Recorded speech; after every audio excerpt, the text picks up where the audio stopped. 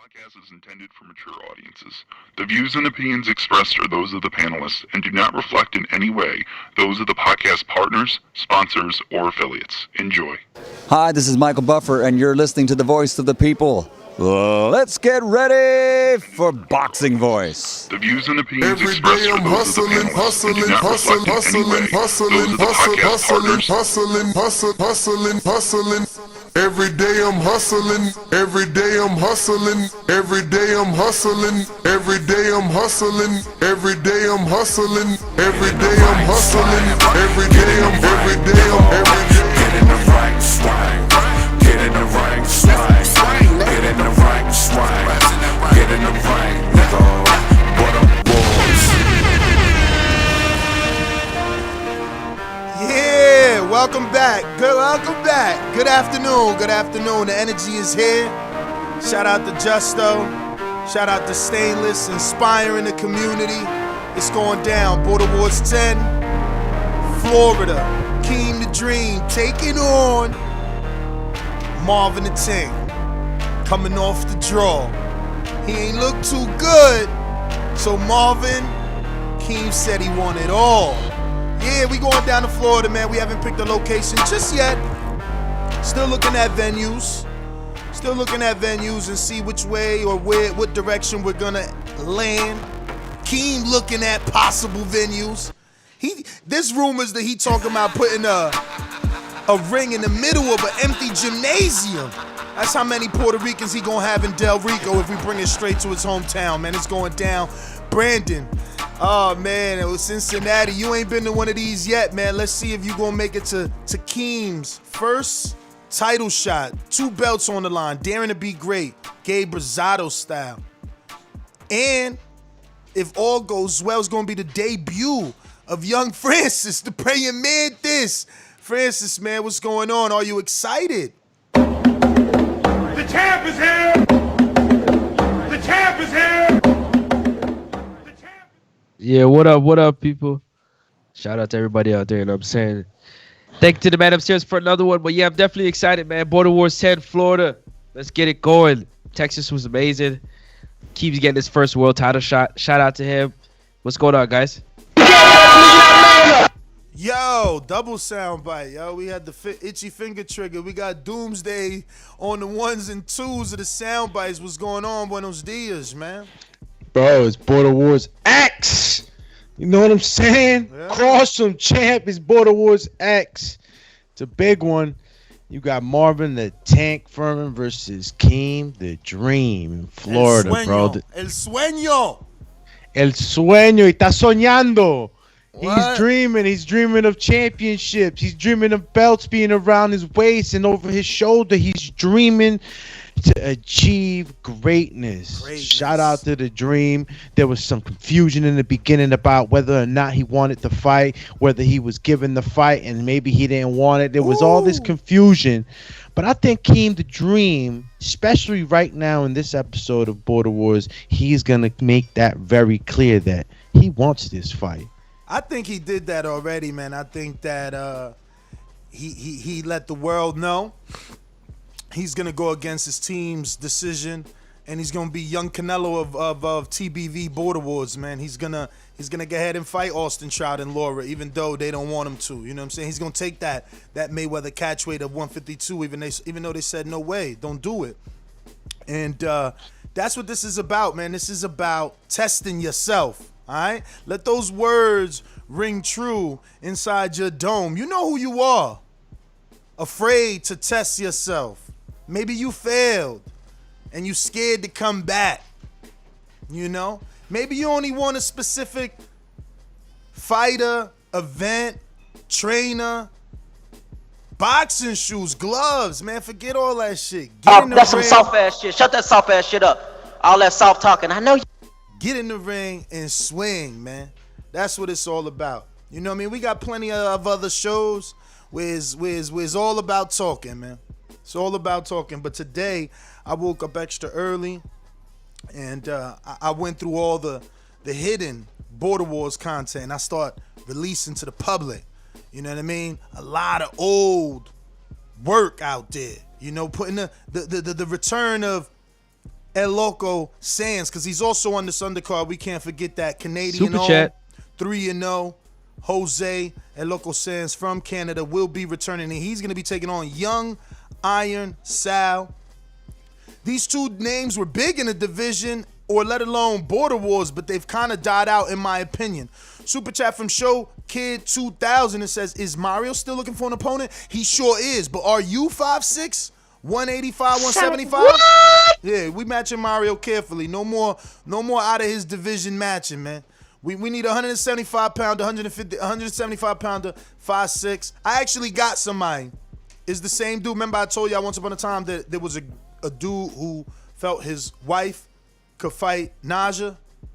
Oh, yeah, I remember that. Well, he raised his hand yesterday on the DMs to fight Mario. But we need tape. We need tape. Nobody's getting a piece of Mario without tape.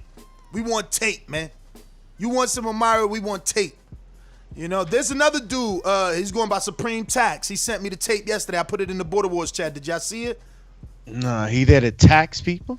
He taxing the game? He said he taxing them, man. He said he taxing. I'm gonna go ahead and screen share this. We might as well give him some live promotion. He looking for a fight. You know, he probably could make the fight with Mario, but I feel like you might be too experienced for Mario off a loss and off of the surgery. Where we at? But yeah, man, what you guys most excited about? I know there's a lot of fights that we haven't even mentioned that are, officially, unofficially on. It's on. Oh, it's on. Border Wars 10. I mean, let's talk about the this. Am I wrong in saying that maybe this is gonna be the main event, right? Or has it already been said and I'm just half asleep? This is possibly a main event. I mean, there are some other contenders out there. You got fights like Jose El Loco Sands. If he pays his fee, he's champion emeritus. He's an alumni. He's been doing this for a long time. You also got Francis. He's a co-host. He's going to be making his debut. He's taking on an alumni in Stainless. So, there's some heavy hitters in this card. There is, but I mean, this is our main event. Keem of Florida, Tank from Dallas area, Fort Worth, and right now this is what we're rocking out with in terms of main event. But it's subject to change or it's subject to be finalized. When I first heard about this matchup, my immediate reaction was like, why didn't I think about that? Why didn't I think about Keem the Dream? Maybe the weights threw me off, but Keem the Dream, I believe there was more to show. There was more skills to show. I think that Keem might have been taken a little off guard by Mario Munguia's power. And maybe his grit. Oh, man. What you mean off guard? He got like 3 knockdowns on Mario, man. And how was he off guard? Did you listen to the other part I said, or just the part that I said on guard? You said on guard or off guard? I'm lost now. You hopped in just listening to one part. Champ, don't do it. There you go. All right, look. Don't do it. The reason I say he was off guard was because when he wasn't expecting Mario. He said it before. He wasn't expecting Mario to come in like that. So I believe there was more to show. Obviously, these are 3 2-minute rounds, so it's a faster paced fight. Mario came in hit hot and heavy in the beginning, and then I got to see Keem the Dream adjust. I got him to see adjust. I got him to see adjust to the type of pressure that Marvin brings. A forward pressure, throwing mean hooks. So the matchup in his essence is pretty good. I know that Keem the Dream probably went back to the drawing board. He didn't skip a beat. He kept training. Pretty sure Marvin's doing the same, but the matchup is pretty good, man. I mean, listen, man. Marvin and Rel had a hell of a fight. They were so anxious. Shit fight for Marvin. Come on, let's be real, man. That shit looked trash on the playback. All right, let me give you my perspective. So like the two were couldn't wait to get their hands on each other. All right, they couldn't get their hands on each other. Game plans went out the window, but the grit was there, the want was there, and at the end of the day, I know what Marvin can do. He's a forward pressure fighter, throws heavy shots. Did he show us that in the fight? Not as much as we wanted to. It wasn't as clean as work as we wanted to. But the champ still got the draw. Rel has nothing to be, ashamed of or mad about or knocking himself on the chest. He's mad. He's mad. He feels he won and that he was robbed. He didn't do enough to rip the belts from the champ. Yeah, you look when you're going up against the champ. I scored it the first and second round for him. You know what I mean? But it's not clean enough to rip it from the champ. But his roughhouse tactics, in my opinion, cost him the fight. Everybody knows I'm a fan of taking a point. I feel like we're all very educated boxing fans. There's no reason for any of us to be committing a flagrant foul. And look, at the end of the day, honestly, moving forward, I wouldn't even want anyone to only get a warning. Like, you should get a point. If I was the ref, you would be getting a point deduction immediately as soon as you commit the infraction. Now, look, listen. I'm going to make it clear right now. You know better. The ref is making the call, right?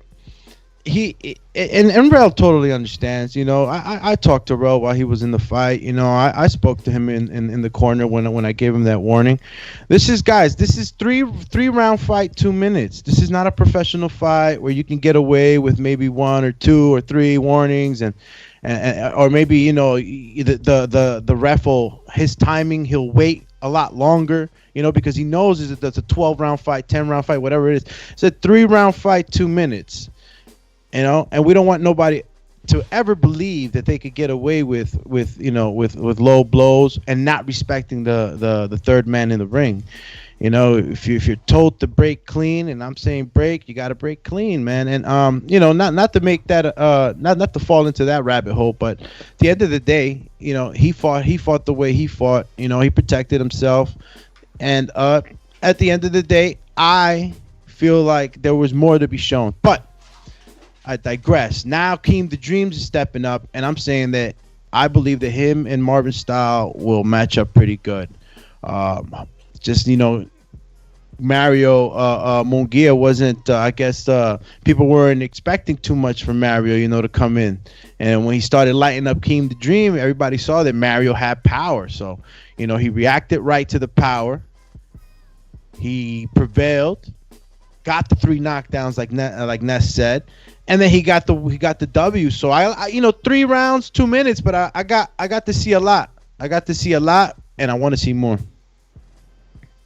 Yeah, man. I actually think that if Keem does his homework, he could have a real good fight. I'm gonna give a free tip away. It's up to Marvin to go ahead and improve, and up to Keem to capitalize. They both on the line, but I would hook uppercut Marvin ass. He loved jumping in. Rel showed that. I showed that years ago that his kryptonite is the left hook. So set him up with that left hook. Tap him with the left. Uppy with the right. Good night. Straight up. And then you can mix it up, Keem. Hook with the left. Straight right down the pipe. Good night. Yeah, he's going to try and improve, but you see, when a fight turns into a fight, he resorted to what he was 4 years ago. A brawler. So I tell you again, you got good advice. It's on him to show us that he's allegedly grown. Because again, when the fight broke out with Rel, Marvin even did a backhand. He was so desperate to hit Rel, he tried to land a jab, overshot it. Rel was on the other side. He threw a backhand. I'm like, damn, if that shit would have landed, that's a point. Come on, y'all know better than that. Y'all out here trying to do anything for the win, desperate for the win. So Keem practiced that left hook, pivoting, because he rushes in. You got to learn how to get on your left foot, on the ball of it, and spin like a dancer. Pivot. Always pivot with the hook, too, because you going to get him. He going to have to change his whole fucking game plan. And like I said, That's what he's been doing his whole Border Wars career. So it's gonna be hard.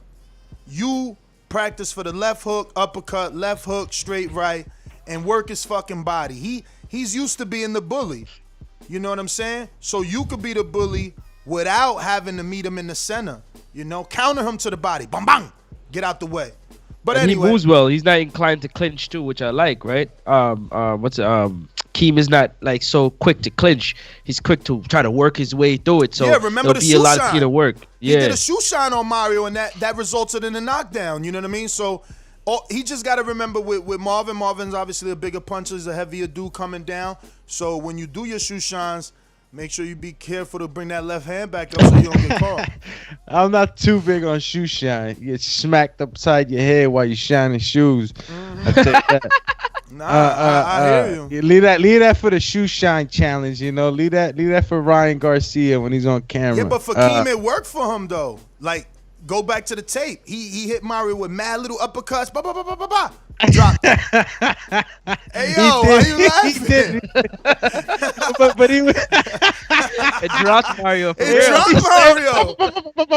Yo, Mario went, in that sequence, that's exactly how fast Keem was throwing. Because I was looking at Keem's dead in his face when he was doing it, and he had this look on his face like he was mad. He was like, "Ah!" Yeah, he let him skip. He was mad. That was right off. Exhale. He was mad. Listen That to was the right big off the exhale you let knockdown. That was right off the knockdown. But look, Keem got that Velasquez Crawford knockdown. So I'm gonna go through the panel. Did you think it was a knockdown, Doomy? You was the ref, so I guess your answer's tainted, no? I mean, if you're talking to me about his foot slipping out the ring, nah, it wasn't. All right, but even in the post, after watching it, not being the ref anymore, you don't think it was a knockdown? Not a knockdown. And you neither, no. right? You neither?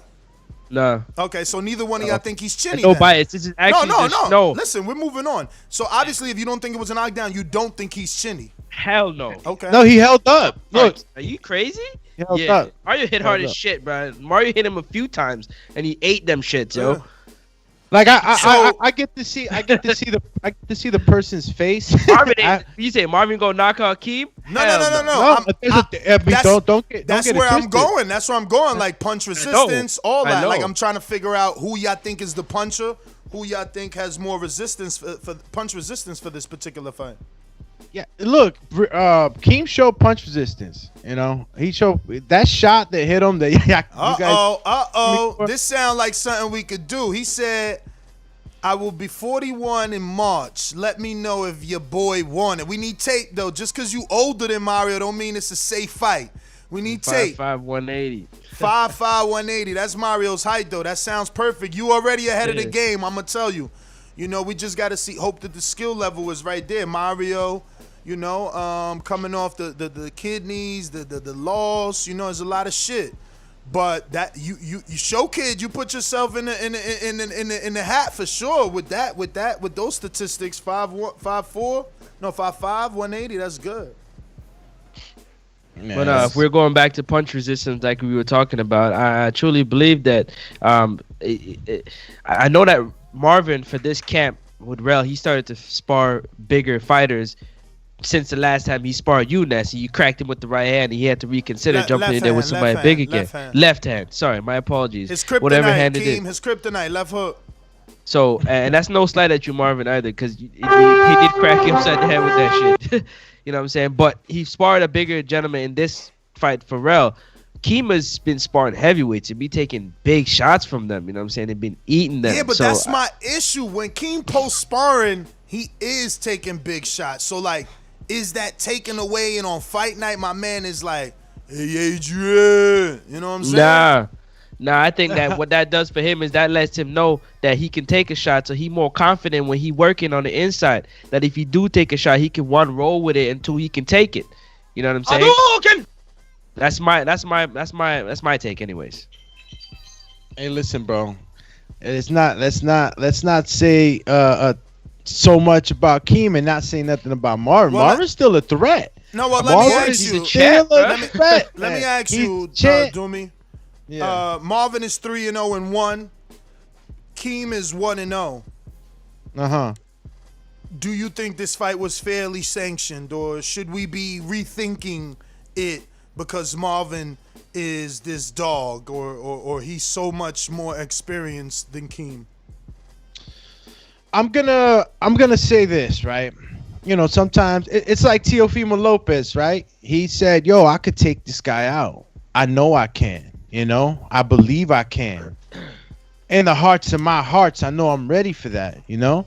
And you got to understand, Keem's not just any old spring chicken either. You know, the kid's been actually training off before Border Wars. He was actually trying to get his weight down, and the way he was doing that was by hitting the gym, going to hit the bag, and all that other stuff. So, you know, he's had a good trajectory thus far. So, you know, the matchmaking also, you know, that's included into the matchmaking. It's not so much that we're just throwing him in there.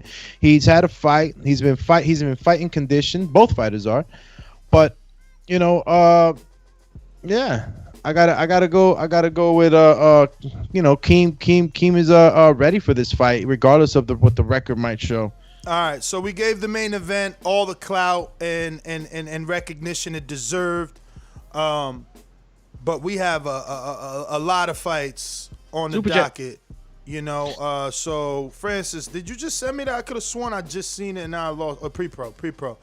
Yes, So sir. main event. Hold on, super chat first. Showkid 2005 said this will be my first fight, but I'm ready to test myself. Show Kid, you don't got a super chat where you from or none of that, but let me know where you from, and also send me footage. Cause you know the dude I was just screen sharing, he also is looking for a fight. That's Supreme Tax. You know, we got a lot of fighters on this card. It's gonna be the WrestleMania Border Wars. I mean, I guess it just happened. Buckle up, baby. Yeah, I guess it just happened because it's the 10th anniversary and things are just coming together. But this one has so many fights. Like I was saying, we got to move on. Co-main event, a little bit of a shaky one. Jose El Loco Sands, he's 3-0 in the Border Wars series. He's going to be making his return after what feels like 3 years off. He says it's 2 years off. He's going to be taking on Sal, who hasn't fought in about 2 or 3 years himself. And this is allegedly going to be the co-main event. Jose has been given the opportunity to let bygones be bygones, leave the past shenanigans in the past, pay his fine, and be reinstated as champion emeritus because he had to vacate the titles due to injury a few years back.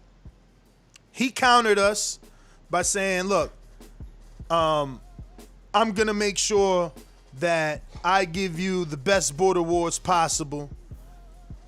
And he's looking for an open arena style venue so that we can have the Keem section rooting as if they were in La Isla del Encanto, you know? So we're going to see if that works and whether or not we start to recognize our good friend Jose Loco Sands as champion emeritus or as just a 3-0 fighter.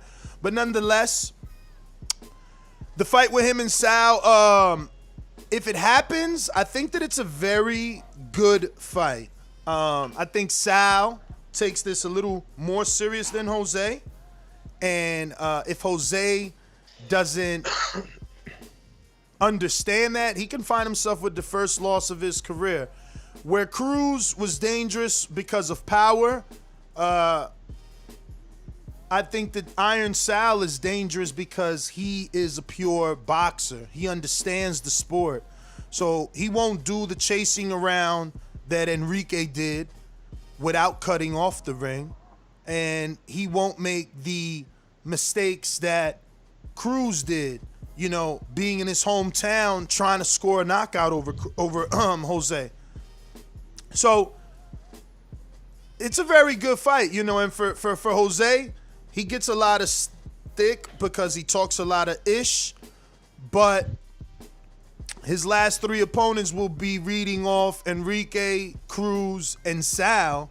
And amongst most boxing Border War circles, those are 3 respectable names. At least for myself, I think Enrique has the power of a heavyweight. He's proven that. We all know how good Eric Cruz is. He just scored 2 knockdowns and a knockout. And Sal, man, self-proclaimed Iron Mike Tyson in these streets, man. He still claims that his one fight versus Tony G on Border Wars is the most skilled fight of the entire series. So he definitely has a lot to live up. Gentlemen, what do you think of this co-main event? I mean, where's my Ric Flair soundbite? Woo! Because that's how El Loco be coming through, man. Listen, we know El Loco's a character. We know he gets flagrant and crazy. But the guy, when he steps in the ring, you know, he does his business, man. He's been an attraction for quite some time. He's taking a layoff, man. So I'm kind of worried, man. I'm kind of worried. You know, Sal's been training. Sal's been looking, you know, he turned his garage into a gym and a hell of a gym, too. And I feel like Iron Sal's just had that access, you know, that access to a gym and to be motivated. I don't know what to say about El Loco. You know, El Loco might be looking, you know, might be a little soft, Pillsbury status, you know, but he's always made the weight. You know, when he's agreed to make a weight, he's made it. So it's just a matter of how his conditioning is this time around. We know Sal is a fighter. You know, him and Antonio Garcia had a hell of a fight. You know, there was a high-paced fight back and forth. Nestor Gibbs was cornering Sal, and you know, it was a show and tell of grit. And I know what to expect from Sal. Sal's gonna go into the fight. So you know, it's gonna be a matter of Jose's conditioning and if he's able to you know, withstand that forward pressure that I know Iron Sal's gonna bring. And it's all gonna fall into how conditioned he stayed off season, man. I mean, it's been a while. It's been a while since he stepped into the Border Wars ring, so I don't know. He's got to show us some. He's got to show us something. We haven't seen nothing yet. You know, no videos have been sent. You know, we getting a little bit of the old ones that Ness put out, as he said. We got to see some of his sparring with Rob the Rockstar, and I need to see more. You know, I know El Loco could turn up, but I don't know. Layoffs are layoffs. How did you have that Cruz fight? And hold on, let me get Francis. I know you watched all the Border Wars, so how did you score Jose versus Cruz? Because there's still controversy with that fight, obviously. I had Jose winning that fight. I had it 2-1 for sure. The problem that I have with, I shouldn't say it's a problem. How I see this whole fight with Iron Sal and Jose, it's gonna be the battle of the jabs, and I tell you why. Because Jose is known as the best jabber in Border Wars series.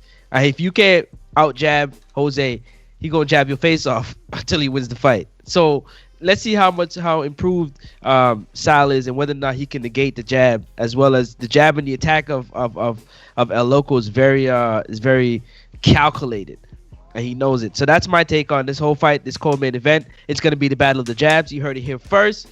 Whoever has a better jab on the night will win that fight.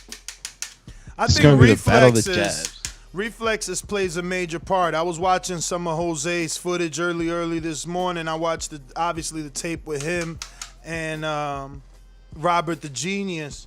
And I've always said it. He's got this little hop that he's like kind of in a rhythm. And then when you react, he counters. So, you know, it's definitely Jose's timing that surprises people. But yeah, you said it perfect. He's sneaky. El Loco sneaky. Look, I think he throws a lot of guys off. He's like a Conor McGregor. You know what I'm saying? He's talking all this crap in front of your face. I mean, let's keep it boxing, right? Well, we know Floyd used to talk a lot of cash money shit. You know what I'm saying? But maybe, yeah, we'll go ahead and give him that placard. You know what I'm saying? He talks a lot of crap. You know, Floyd Mayweather style. But when he gets in there, he's sneaky with his punches, and he has a lot of bounce. So it's not no easy win. You know, it's not an easy win. You know, don't take him for just his reputation in the Border Wars chat. For all those that are just tuning in and those that don't know, you know, once you sign up, you get put onto the Border Wars chat, and it's a Terror Dome in there, and El Loco is a legend in there. You know, sometimes for the wrong reasons. But you know, he's stepping back into the ring, so he's gonna show up and he's gonna show us if he's truly still El Loco, or maybe he's just loco. So for the third fight, I Obviously, Francis, the praying mantis, the co-host of the show, will be making his debut versus an alumni, hard work, dedication, 2016 award winner, I believe. Stainless. We know that Stainless is obsessive, is the word that was used at the Fighter Mansion in Texas amongst the crew. Obsessive. Yes. That's a hell of a trait to have in boxing, I'll tell you that. Exactly. So if he can translate that into training and be obsessive with his training, obsess on defeating Francis, this could be a problem. He's taller naturally than Francis. He's already lean, so it's just about getting in fighting shape. And he's longer. Do you know what everybody says? The downsides, I have to say, is age. I'm in the over 40 bracket. Shout out to Stainless. He's trying to get his, one win in the 40 and overs club. And, he's going to see if he can get it. It's a beautiful thing, but like real boxing, age is an issue and can be an issue sometimes. So the youth is on the hands of Francis, who's almost 11 years younger than him, but shorter, smaller. Holy Testicle Tuesday! Yeah, very much younger than him, but shorter, smaller, and the reach isn't there. What do you think about this fight? We haven't really seen anything on Stainless other than himself, other than just seeing him every time we see him. So we just got pad work on Francis, so at least we got to see that. But I don't think we've ever seen Stainless even hit a bag. I think we're gonna have to go off the weigh-in eye test as of now, so to speak. What we've seen. You just described a few things. You described that he has longer arm reach. He's thinner. He's thin in the torso area. You know what I'm saying? And he's taller, right? So we got those. We got that pedigree, right? And then we got Francis, shorter reach, but compact nonetheless, right? So it's gonna be a stylistically a fight that we've seen over time and time again. I mean, we've seen Mike Tyson do it to so many throughout his career. We've seen a lot of the shorter guys, fight the taller guys and have success. But then again, we've seen tall guys have a lot of success. I mean, we could go back as far as Hearns, Tommy Hearns. You're tall, you're lengthy, you're able to create good leverage on your shots. You're able to get around to the body a lot better. So these two guys are going to have to really sit there and really think about what the game plan is going to be. And it's going to be who implements that game plan to a T. I held pads for Francis. Francis, kind of surprised me. Not that I slept on him, but what surprised me was that his ability to listen, listened, asked questions, went back on the pads. So, whatever training he's getting, I know that he's a good student in that aspect. So, other than that, he had good power too. He was ripping some shots. All the guys at the fight house were having fun. I don't know if you guys are just trying to knock my hand off my wrist, but he showed some pop. So it's just a matter of getting some more film on Stainless. Stainless has been a fan of boxing for a very long time, pound for pound here. And I know that he knows the art, he studied the art in a sense, he's been watching the sport for a while, and it's going to be go time now. You got to get in there and spar. Both of you got to get in there and spar and start showing us some tape so we get more excited. I got to leak this information, man. Oh. Francis, am I allowed to leak that conversation from the other day? Nah, not unless I know what you're talking about. What the hell? What? When you called me, asking advice. Oh, no. What? Nah. That's good storyline, champ. I know. Not yet. I'll tell you when. Don't worry. I'll tell you when. But what you think of your Alex, fight, you man? actually gonna laugh at that when you hear that. I gotta tell Alex. He gotta hear it first before the world hear it. Let me know what you think I think of about your this fight. man. This fight, I'm excited for it, man. I'm excited to get in the ring and swing. To say that I'm not worried about my opponent would be foolish, but at the same time, I'm more worried about me learning the things I need to in order to make sure I'm prepared. You know what I'm saying, correctly. Listen, I'm not playing with this. We got rules that we gotta go by, so we ain't getting no bag work and no sparring. We ain't got no fight. I'm gonna say it right here, right now. We gonna follow the rules according to how it needs to be followed. There ain't no monkey business back there. I don't care what you listen. At the end of the day, any man out there can call me whatever you want. Sticks and stones break my bones, but your words don't mean shit. So if you call me a duck or whatever, that don't mean shit to me. Follow the damn rules and get in the ring and swing. That's all I care about. Other than that, I don't care about it. If I get in there and I realize that, you know what I'm saying, before we get in there, things ain't lining up the way it is, bro, I got a family to take. I ain't stupid. You don't play boxing. Okay, ask Nate Robinson. He'll tell you. So at the end of the day, we going to do what we got to do, and we going to do fairly, and he going to catch some hands. That's about it. You know what I'm saying? Well, I interpreted that so many different ways. I heard if Stainless doesn't submit footage, there won't be a fight. I heard if Stainless submit footage and he looks better than you, there might not be a fight. So, nah, bro. I mean, He's a little scared man. He's a very small, scared man. so what weight is this fight at? Because Stainless is what, like It's, 185? Yeah, this way is supposed to be contracted at 168, like Damn. verbally, nothing on paper. It's just, you know what I'm saying? That's what Yeah, that's what y'all talked about. Talked about right now, and yeah, that's it. Yeah, I don't even know what weight he's at, to be honest with you. You have to ask him that. All right. Well, next on the docket, we got Chris Vega. This is going to be his third time back. He's 1-1. One win over Matt this last Saturday, and he has one loss by knockout to Jordan Baker in Florida, who's also returning. He's going to be taking on Karma Surge, who's debuting. Gentlemen, what do you think about this fight? Chris Vega definitely impressed me his last time out. The style that he brought to the ring versus Matt, who's known as Machine Gun, I was not expecting him, Vega, that is, to fight fire with fire and become his own automatic weapon, letting those hands go the way that he did. And, now he's gotten offers from everybody. Everybody wants to fight Vega, but he chose Karma Surge, who's 2-0 in street beefs. Yo, Chris Killshot Vega took a hard shot, took a hard loss per se, you know what I mean?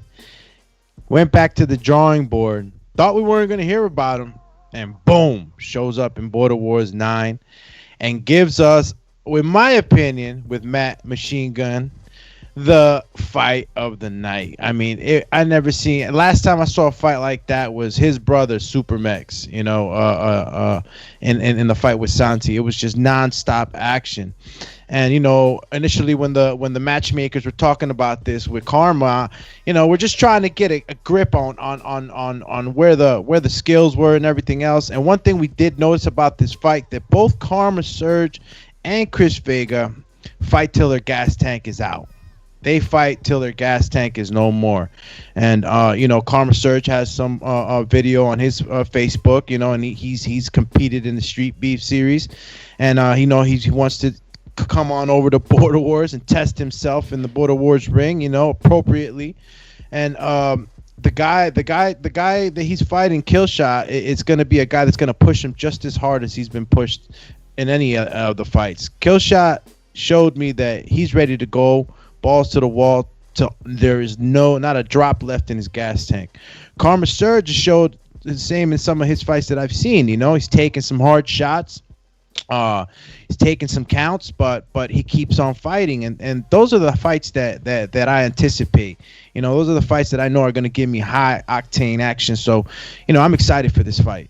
I'm very, very excited. Killshot called Karma Surge out in his post interview with Nestor Gibbs at the Border Wars event. So it was something that he wanted, and he wanted to christen Karma Surge into the Border Wars Brotherhood.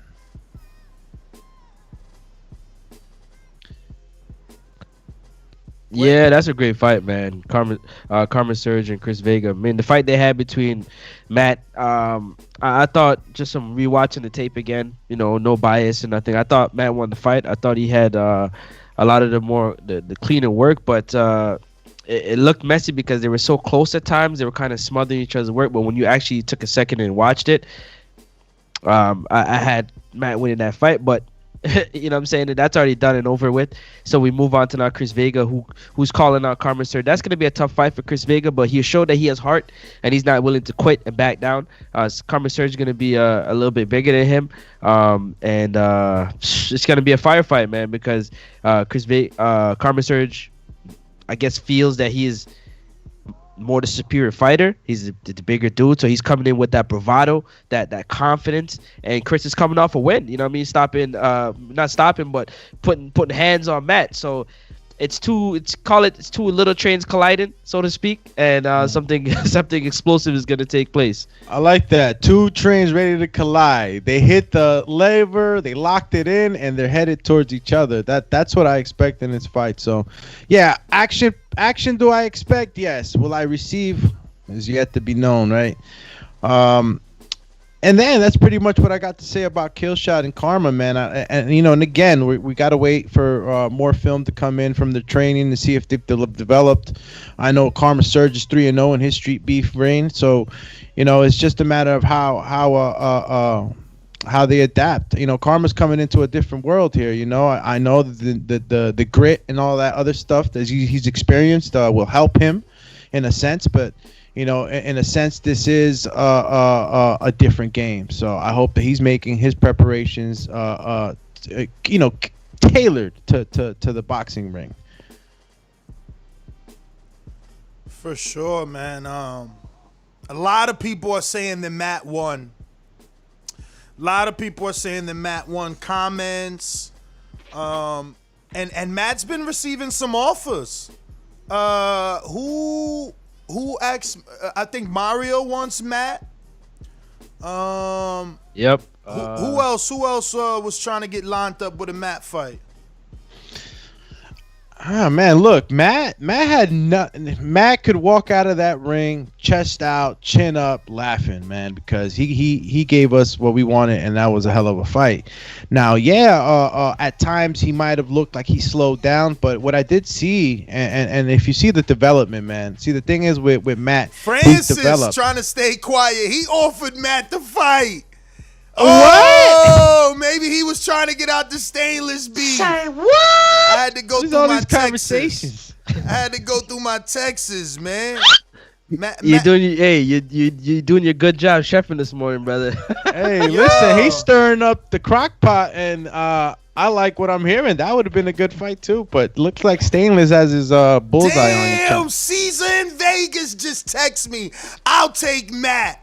Everybody, What? I'm telling you, Matt. Oh, Matt in the super chat, he says rematch Porter voice. Oh yeah, yo, Matt, you got mad options, bro. Listen, you just gotta be more of a killer. I loved everything you was doing. I'm screen sharing the fight. If anybody hasn't watched this live on YouTube, I just need him to let that right hand go. So he was pecking, as you can see, he's pecking away with the left, but he not letting that right go enough. And Vega had more snap.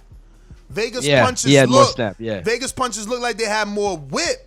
Like Matt needs to put more in them shits. It's just like he's pushing these shots. He's pushing them. Damn, look at this shit. Not to Shinobi you, but finishing what I was gonna say is that even though we didn't see him, going full throttle out and maybe gun ho like Vega, if you see the development of Matt Garces, man, in his first fights, you've seen him. He was, going in for the kill, trying to get into a slug fight. And in this fight, I actually got to see some composure, right? Yes. Remember, this is a 3-round fight. That was 2 the minutes, best guys. You have to be able to take that into consideration in your game plan and how you perform it in the ring. It's 2 minutes per round. Know how to use them. Because Matt to me was looking hella good, man. He was looking good and composed. He was giving us what we had asked of him, but he didn't let it go enough. It was almost like Danny Garcia at the last round with Earl Spence. Like you could have gave us a little more in between the fight, and you might have solidified yourself a W. And like I said, he could walk out of that ring, chest out, chin up, and laughing because he made his improvements and he continues his weight loss. Listen, word on the street is Matt is gonna take some time off, and I'm gonna say don't do it. I'm gonna say, listen, I'm gonna say Tevin Farmer had 4 losses. I'm gonna say Gabe Rosado has 10 losses. Orlando Salido, who was a former world champion with a win over Vasyl Lomachenko, had like 13 losses. Listen, when it clicks, it's gonna fucking click, and you're gonna start steamrolling dudes, man. We can see the improvement in this fight, and like I said, some people had you winning. You know, it's easy for people on the outside to say, "Oh, I'll stop Matt." Yeah, well, if you think you'll stop Matt, maybe you shouldn't be picking Matt. Pick someone else, tough guy. Sign up. Sign up. Let us match you up. So you so good that you want to pick Matt. You see what I'm saying? Come on, dog. So my point is, man, you don't gotta stop. You make fantastic fights, and you are 1 point, one scorecard away from a win, man. These fights are very, very tight. You just gotta get your fucking head off that line, bro. Sometimes you're taking combination shots, and that's what's gonna light up in the eyes of the judges, man.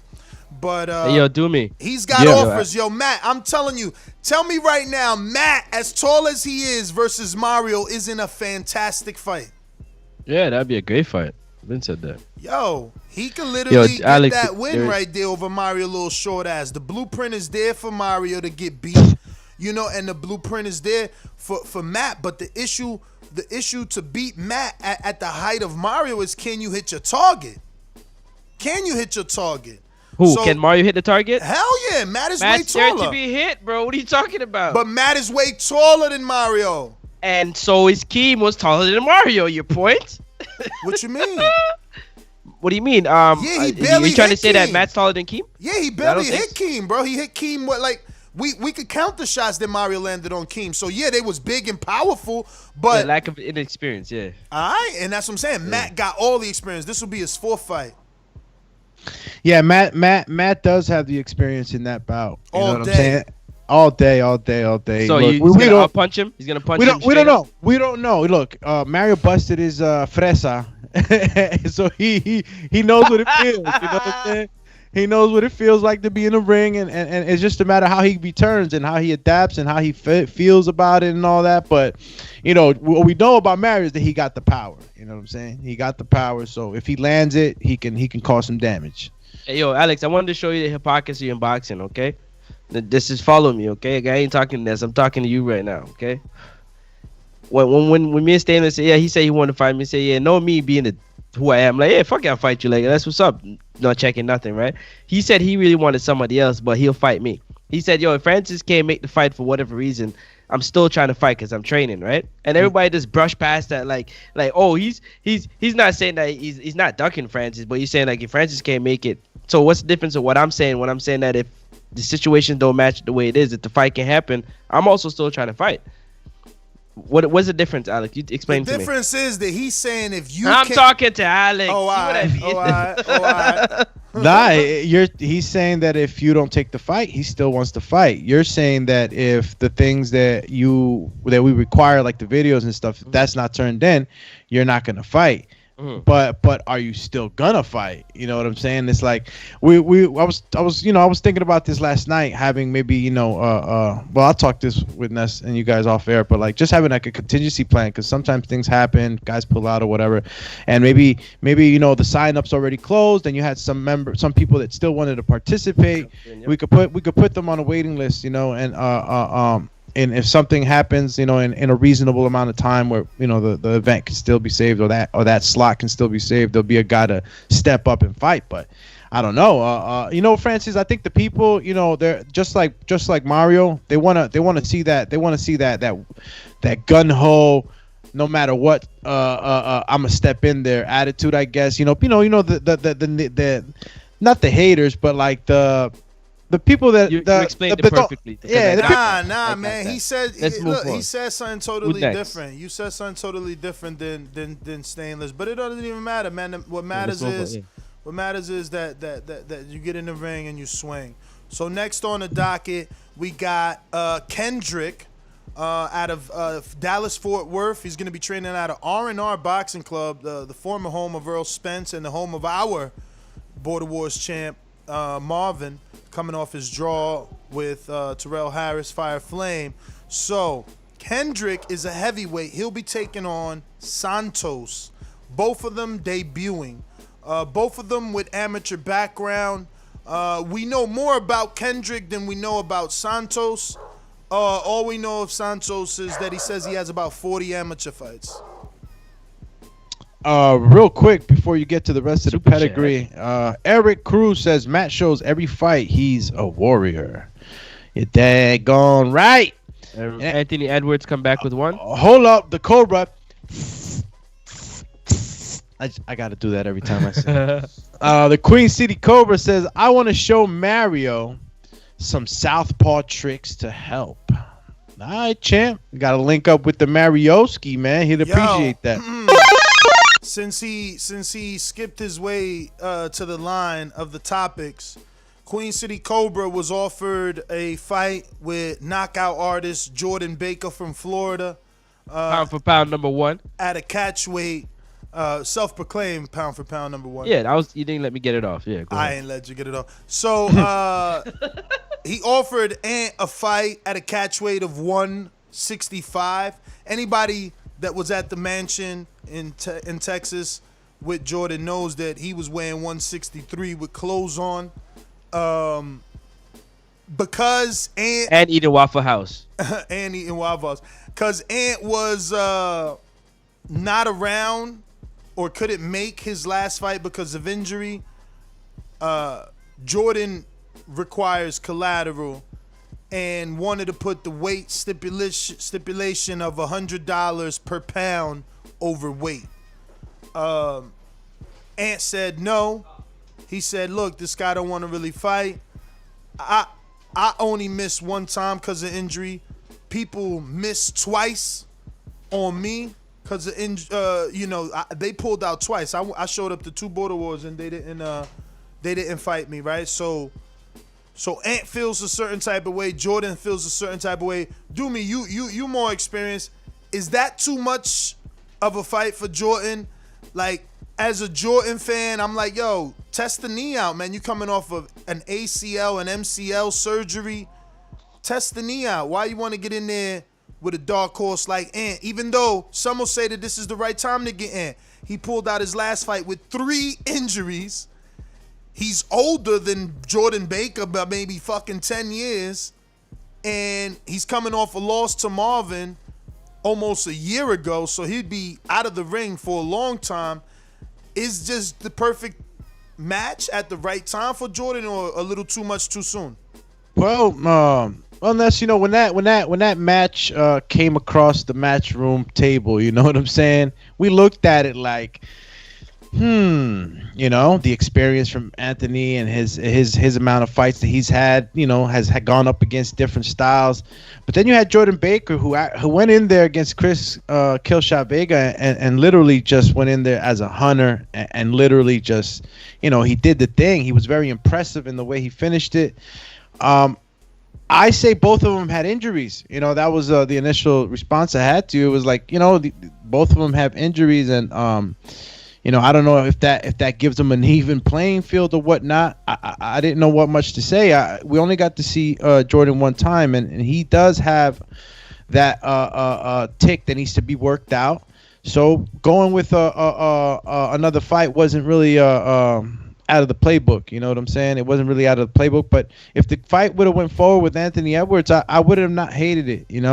Again, we needed to see more development, obviously more video. That's always important. But from what I saw in Jordan, I saw a natural fighter. I saw somebody that likes to be in the ring, was comfortable with being in the ring, and is willing to step in the ring, even if he's not 100%. So, all of that are characteristics of a fighter, somebody that's willing to, live in the fire, like Teddy Atlas would say. So, Jordan versus Queen City Cobra could have been a good fight too, but in the end, you got Anthony that's been off for a while. You got Jordan that just, he's only stepped into the ring once, and he needs to, work a couple of things out. So it's not so bad that this might get marinated, but this is a fight nest that I would like to see in the future. I was thinking Jordan and Lauren, Jordan and Colin,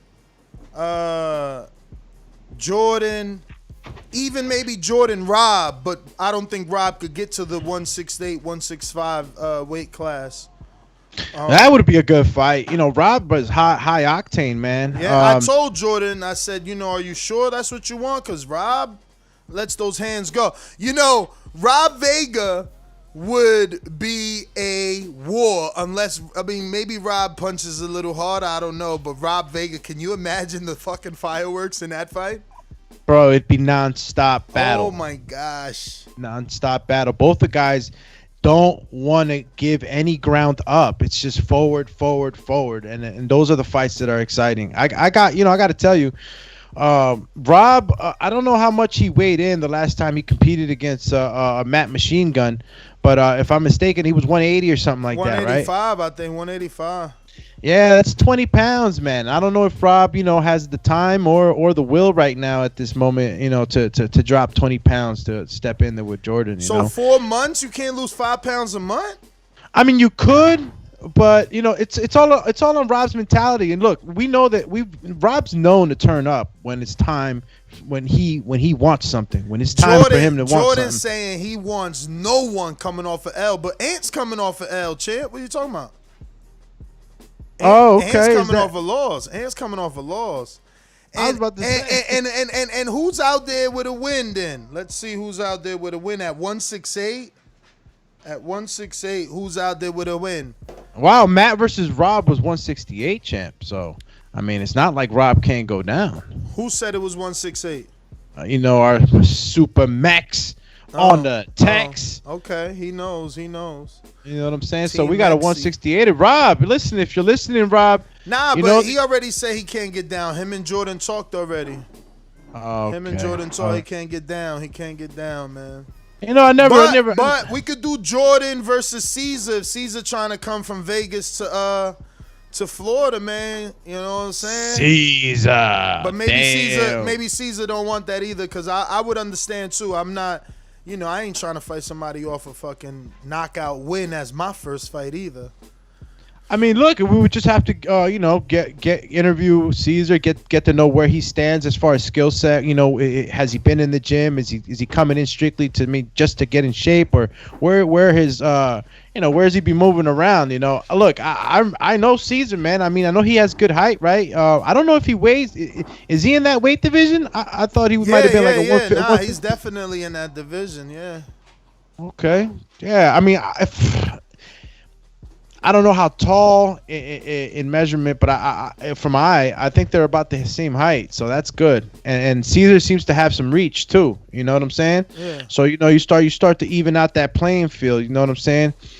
It's I gotta see what's going on, bro. Honestly, I gotta see more Jordan too. I gotta see where he's at. I can't say much, but the matchup, as far as eye test, just seeing how they look, go for it. Go for it. Tall, rangy, thin, doesn't have Jordan to cut Caesar? much weight. Jordan Caesar, yeah. Don't got to cut too much weight. I don't think Jordan's got to cut too much weight. Jordan's light, man. Jordan might be able to fight at 54, man. If we could get Ricky Swift back, that would be a good fight for Jordan. I don't feel like Caesar has to cut either. Caesar's fairly, a thin guy. I didn't see no belly on him.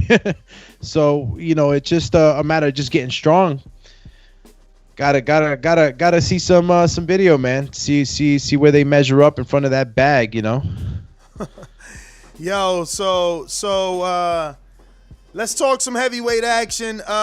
We got Sir Bishop in the chat. We got Smoke 'em Out Jay in the chat. Both heavyweights coming off a win. Bishop's not back, and he ain't answering that who you fighting question. But Smoke 'em Out Jay is back, and the word on the street is he is possibly going to be taking on Morocco Joe. Morocco Joe has relocated to Florida. He responded. Who? Don't ask me that question. Sir Bishop responded. He said, I'm not sure. He said he's not sure who I will be fighting just yet, but I do know that I will definitely be back again. So, Morocco Joe, he moved to Florida, so he's more than willing to fight. I sent them the tape on Smoke 'em Out Jay. I'm just waiting for Smoke 'em Out Jay's official fight to drop. Wow. Because I sent them the sparring between Smoke 'em Out Jay and Eddie. Wow. You hear me right now? Wow. So I'm Smoke waiting. out Jay versus Morocco Joe. Wow. So I'm waiting for that to drop. Once we get Smoke 'em Out Jay's fight to Morocco and he still wants it, we got that heavyweight fight. Let me tell you something, right? I mean, the Doomatron was activated Border Wars 9. You know what I'm saying? I really got my sweat on as the third man in the ring. But let me tell you, man, Morocco Joe is a good match for Smoke 'em Out Jay. They both, have a good range and arm length. They're both strong, about the same height. Maybe give or take 1 or 2 inches or something like that. Not even 2. I wouldn't say 2, but just a bit. Morocco Joe's a strong guy. Smoke 'em Out Jay, he's a strong guy. So I think this is gonna be a good fight. Smoke 'em Out Jay made his debut, popped his fresa, and got the KO win over Super Mex. And it's got to give him credit for what he was able to accomplish. We know Super Mex is always game, going in there, throwing a lot of volume, and he didn't allow Super Mex to develop that juggernaut, that juggernaut speed and keep that coming for 3 rounds. So kudos to him, and just keep on training. Make sure you maintain. Make sure you're not getting comfortable with your win, because a lot of people do, just like in the pros, amateurs, and everything else in between. So just make sure you're training, because Morocco Joe's a strong guy. I see Morocco Joe taking this fight, man. That guy, I saw fire in that man's eyes. Wow, you making a pick already?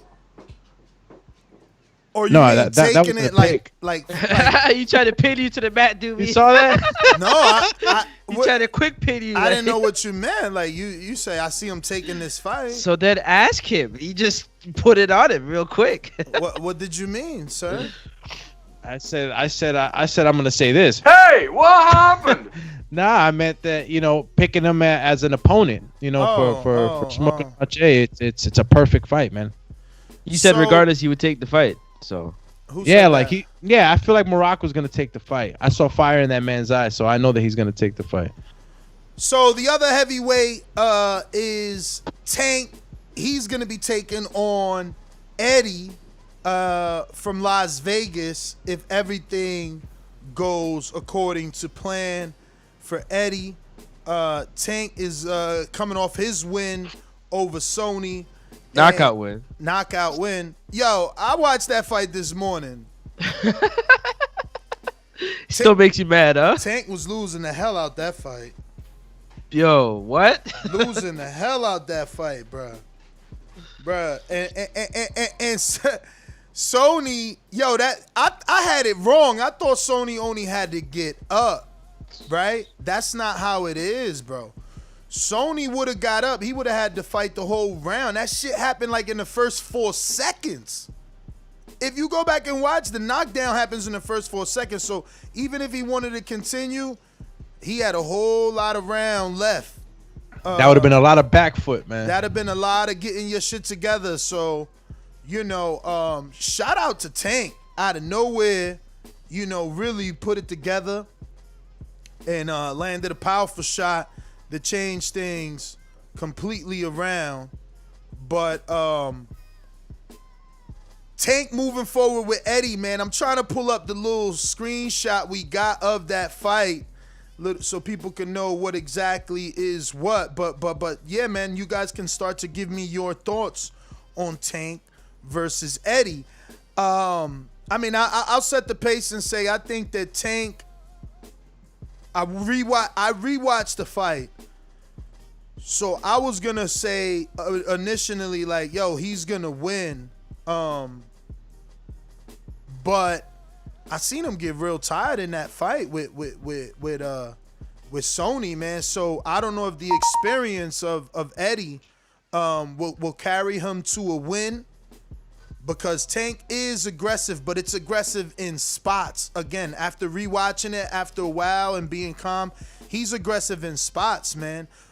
He's got his hands down. He's got his mouthpiece halfway out his mouth. That's why it's falling out every time he gets punched.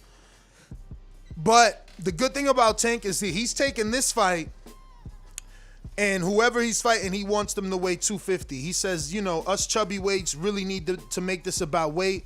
People can't just be signing up to fight me, and nobody loses weight. So me and Eddie got to weigh at 250. What is your thoughts? Shit, if I'm gonna start this up, man, listen, Tank is really, really high off his win. He had a knockout win, and when you knock somebody out, man, it's one. If you ask these fighters, it's a feeling. It's a feeling like no other. You've conquered your opponent. And it really boosts up your confidence, man. And even though you made good points, Ness, because he did look tired at times. It looked at times as if they were just kind of looking at each other, and waiting to see who was going to hit the gas pedal first. And he has concern because, Eddie Bola de Grasa is a high-octane fighter. What do I mean by that? He throws a lot of punches. And for his size, he doesn't seem to get tired. Ness encountered that even after putting some heavy leather on him. The kid has guts. He comes back and he keeps punching. And you give him a chance, he's gonna take it. It's gonna be a good fight. Tank holds the power on this one. He has the ability to equalize this fight with that shot. When he threw it, I seen bad intentions. Are you over assessing the power? Like, how much of that was Sony checking out, man? I watched that shit back, man. Sony checked out, man. Yeah, well, when you get hit by a guy that weighs 250 plus, flush on your temple with a ball and chain shot, you're going down. It was a flush shot. I don't give Sony too much ish. In a sense, as a ref, I was a little confused because the man was smiling, but it was him taking it with grace, taking a heavy shot with grace, and he never taken a shot like that before. He later said that in an interview with Nestor in the post fight. So, it's nothing to take away from Sony. We know he's back at the drawing board, working on the things he needed to work on. He's really back because there's a storyline there. Tank, who we talking about, refuses to give Sony the rematch. He says that he feels Sony is cherry picking. He feels Sony cherry picked him from the beginning, and the cherry pick went wrong. And now he needs to get in there with someone. Tank said, win, lose, or draw, Sony must fight someone else in order to get the rematch with him, because word on the street is Sony is not fighting because Tank refused to give him the rematch. So Tank, he's been sending me messages like, yo, what's up with this dude? Why is he trying to cherry pick? There's another heavyweight out there that I want to screen share that resembles Tank, and Tank sent the video and the photos to Sony, and he's like, yo, take this fight. And Sony never responded. So this guy is actually Kendrick's cousin. Kendrick, who is fighting on this card versus Santos, the neutral corner. Champ? GGG champ's cousin. So this guy is 300 pounds, 6 feet, but he says he will make 250 for fight night. And wow, he's putting that goal. 50 pounds, man. Good for you, man. 50 pounds. So here's the footage. Pretty raw. Back foot comes up when he throws the right. But Sony's team, I guess, turned this fight down as well. So this is another heavyweight who needs a fight. And this is Kendrick's boy. So are we getting the delay? I mean, you should be getting in the few, Champy. Okay. Okay. But the right foot does come up when he throws the right hand, you see? Plus the hands are low. You see, that was a right back hook where he almost falls. So, I don't know who Sony's working with, what they looking at. Only thing I would take serious is that the man said he's 300 and he plans on weighing 250 for fight night. So that's a guy on a mission. That's a guy. That's a guy that's determined. man, that's a hell of a drop, 50 pounds. But I mean, I'm pretty sure he could do it too. You know, usually when you have a lot more weight and you're carrying a lot more weight, you're carrying a lot more Easy water to weight. drop. Yeah, he'll drop that just fine, man. How tall is he? Did we get the pedigree 6 on feet, him? 6 feet. He's 6 feet tall. Okay. Oh, is that him right there, Mr. Special Feature? Special feature. The big bad wolf is here. Oh, he's that? creeping. Who's that? About Who's to, that? about to In blow the in house comment down. section. I wonder if that's him right there. He said, "How will the big bad wolf How? is here?" Oh, how? Ooh, the big bad wolf is here. That's his Man. name. That's Is his that- alias, the big bad wolf. That's what Wait a Supermax minute. told me. Was that baby wolf right there? Well, come on, where's your howl at, Chet? Is Mr. go ahead, But get it to wait, me. is Mr. Ah, Special you- Feature? Is Mr. Special Give it to me. Feature Jaron? Jaron? Oh, Jaren, Or is yeah. he? Or is he? Supermax told me that he fighting Jerome, Yeah, but is he the special feature? I'm lost, man. Y'all got me on. that's what I'm saying. He's the big bad wolf. So if he's saying how the big bad wolf is here, Oh, Yeah, so that's I- Supermax opponent. I guess he put two and two together, Francis, right? yeah, So that's Supermax opponent. yeah. Okay. Yeah. So the hypothesis stands, right? Okay. See, Yo, we Supermax also- opponent. He we said that also- right there, look.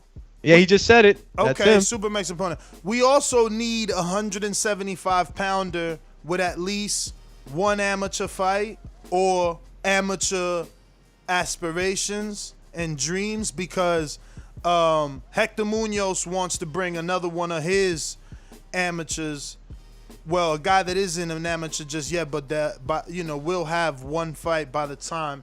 So if anybody wants to, challenge themselves and get a win over a Hector Munoz trained fighter, then yeah, hit us up. 175. We need a fight. We actually need a few fighters. We need a couple of 168ers, 160 pounder, 154 pounder, and 175 pounder, 200 pounder, and I think that's it. We got a lot, man. But look, All right, who next? Who next? we're going to run through the rest of the card. Everybody can get featured. That's your job. You need to make yourself more of a draw to be featured. On the undercard, we have White Boy versus Surefire D. Surefire D. Is that Let's the way go, that they champ. wrote this? I'm gonna put you to sleep. The way that they wrote it with the records, if it jumbles everything up. Let me see if it looks better on the desktop. Yo, for Surefire D versus White Boy, that is a fight that's been in anticipation. Yes. I don't know, Ness, if they've released or if you released the vid of Nothing yet. Still waiting. so wait for till you guys see the weigh-in for that one. White Boy, man, he was ready. Shout out to Surefire D, even though he wasn't able to make that weight. He worked hard to get to the where he was at. He wasn't able to make the negotiated weight, and the men agreed to face each other another day, man. And we're gonna dub this one the Bad Blood, and it's gonna be a hell of a fight. I think it's gonna be very entertaining. There's a lot of story. Everybody knows that you join Border Wars. You're put into the Border Wars chat, and that's a whole nother world in itself. A lot of things are said on that you must back up in the ring. And these guys have just been back and forth at it for a long time. Still duly respect each other as fighters, but they're definitely going to leave every last bit of gas, out of that tank when the fight comes. Sean ain't got no fight either. Sean needs a fight at 190. He might have to end up fighting Chach the Dad if there's no rematch out there for him. I don't think Ant is gonna move up. That'll be like 15 pounds for Ant, if not 20, on a good day. But him and Ant got some bad blood. And this card is being titled Bad Blood due to the Sal and Jose,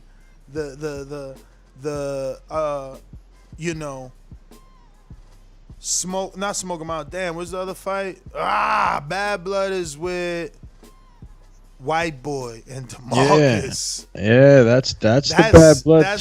That's where it originated from, man.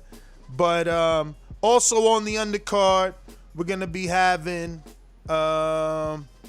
possibly Eric Cruz versus TBA, Corey Frank Eric Cruz is 3-2 with 1 KO versus the TBA.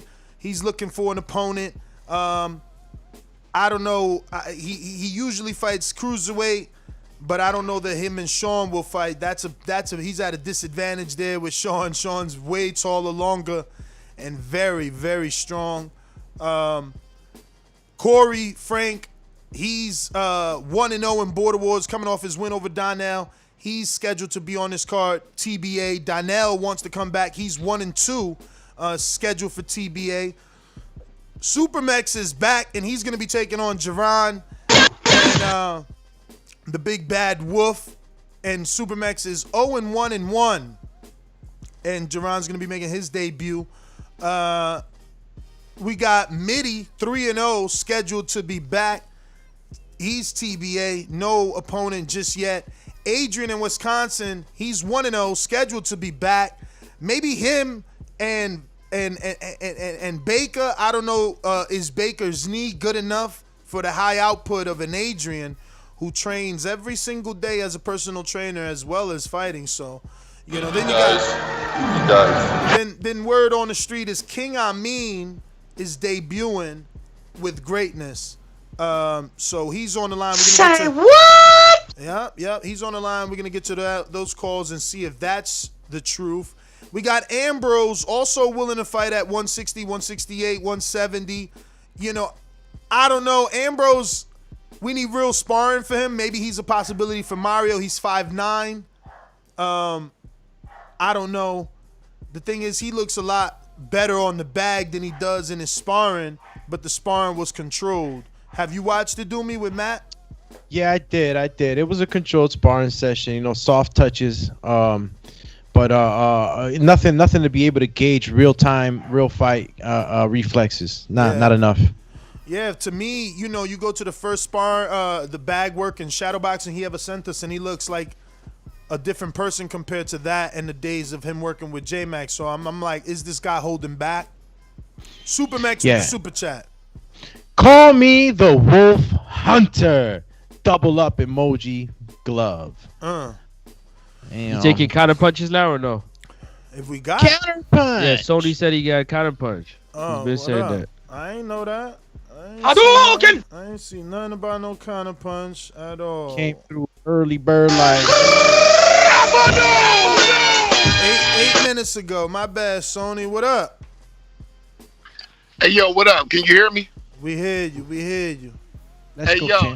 So I know I don't even got a lot of time on this, so I'm going to make it quick. First of all, you putting out a false narrative. First, and next, shout out to Tank, because I hollered at Tank, so it was nothing about me cherry picking. I didn't even know shit about Tank.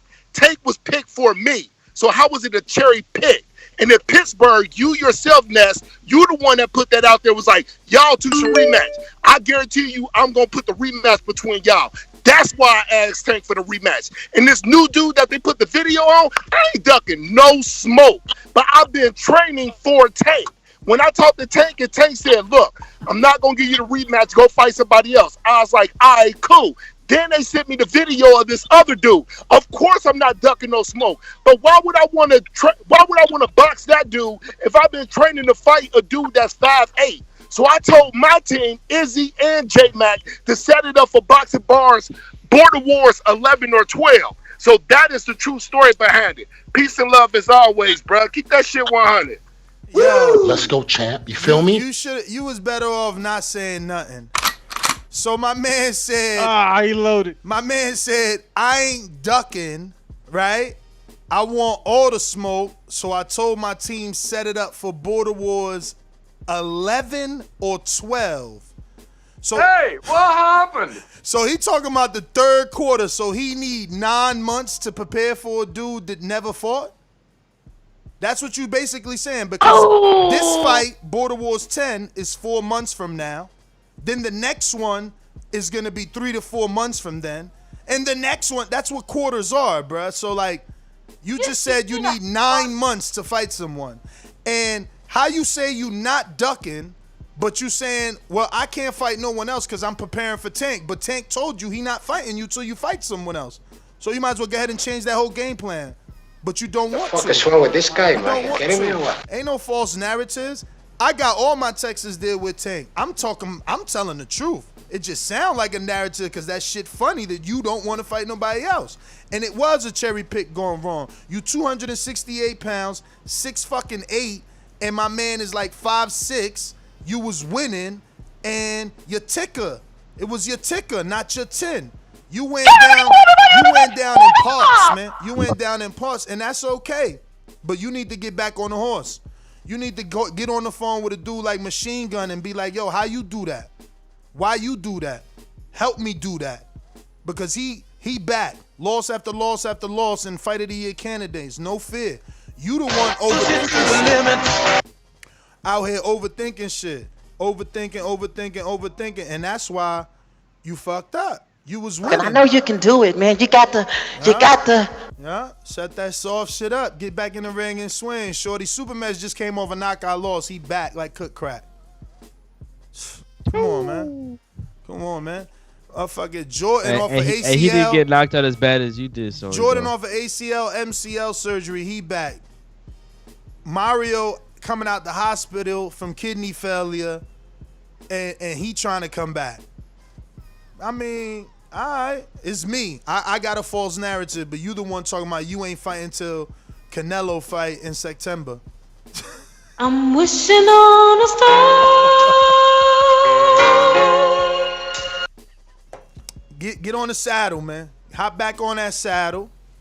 Look, when I looked horrible, that's why I'm glad I went through everything I went through, man, because I could relate. When I looked horrible and the people thought I lost, I jumped back on the saddle, man. Get on the saddle. Don't be afraid, man. This shit ain't nothing. It's headgear, bro. Headgear. You know? You good. Matt, that's why I tell you, Matt, you shouldn't.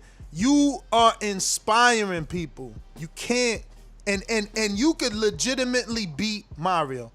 Mario isn't Vega. Mario would have to change his entire game plan. Mario is a dude that relies on big punches.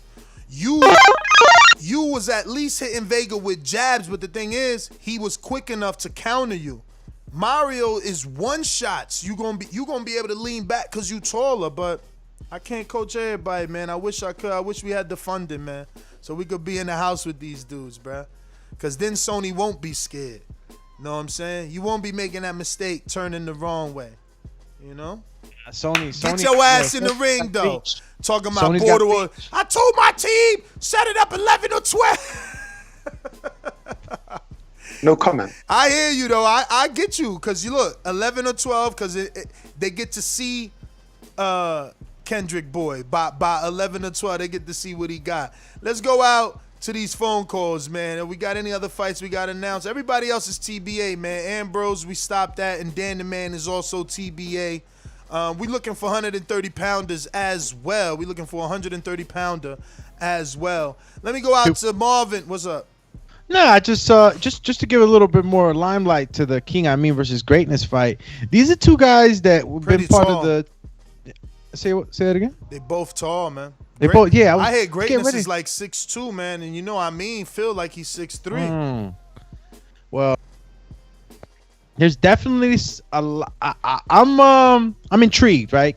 King I Mean, did come on over and visit me and Ness, and I was able to work with him for a little bit, adjust some of the footing, and obviously he's done his own training on his own, taking some of the jewels that I was able to give him in that short time, and I'm pretty sure that he's talked to other coaches. Shinobi, I think he's working with Kashad Elliott's father, Archie. Nice. In the Plainfield gym, I think. Nice, that's good. See, that's a great coach. See, and like I said, I got to see a little bit of a King I Mean, and he's definitely a good listener. So that's always a dream for a coach.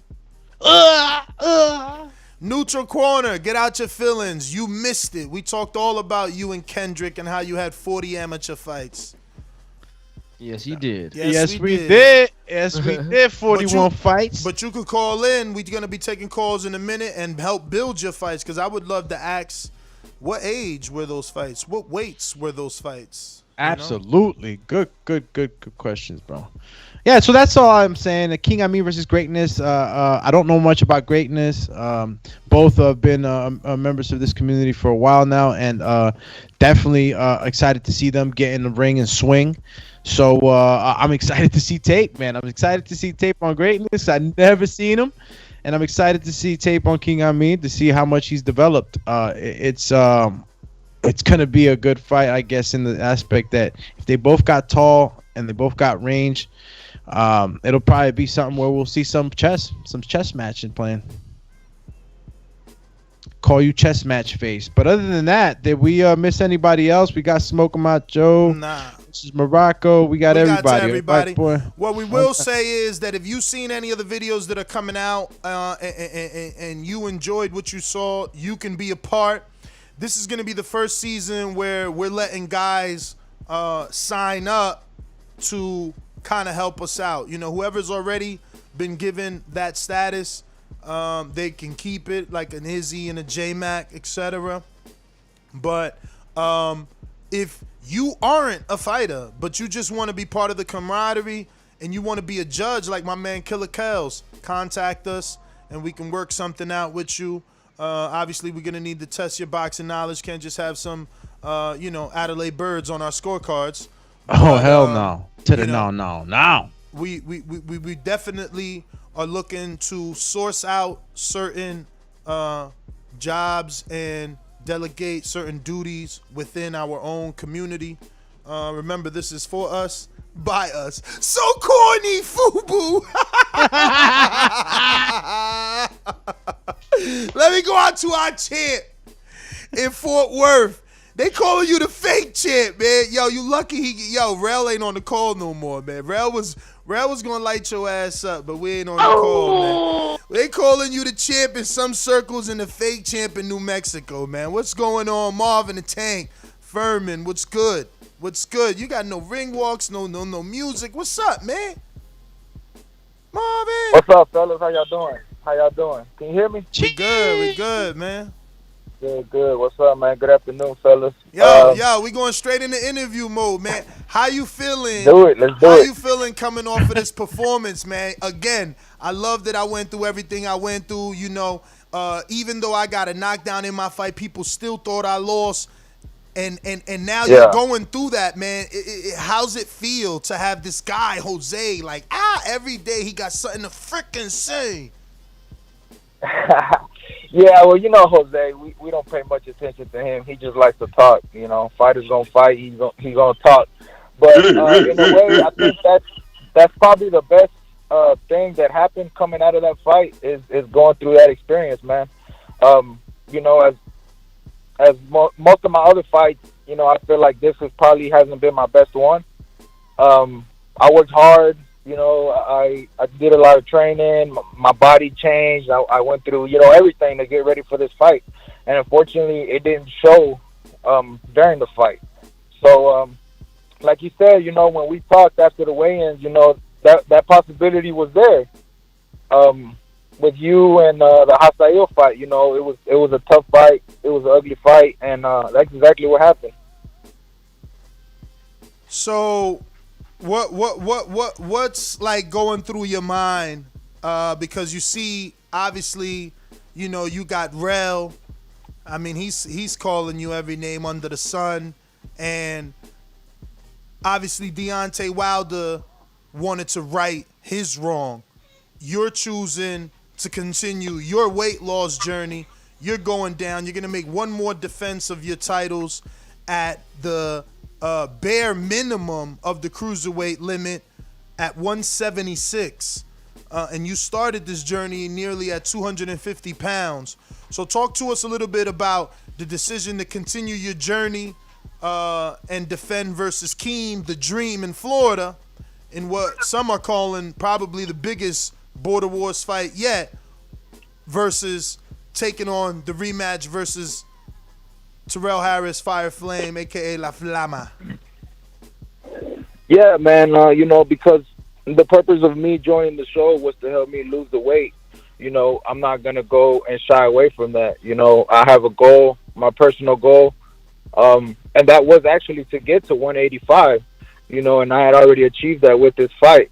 So I want to just continue to get better, continue to lose the weight, and just keep training and improving. I'm not really entertaining the rematch, or I'm not really even thinking about the rematch, because at the end of the day, for me, the whole purpose of Border Wars is for the weight loss. The fighting, the belt, the publicity, all that is extra. I don't live off of that. It's cool and everything, but my sole purpose for this is to help me lose the weight. And honestly, he feels one way, I feel another way.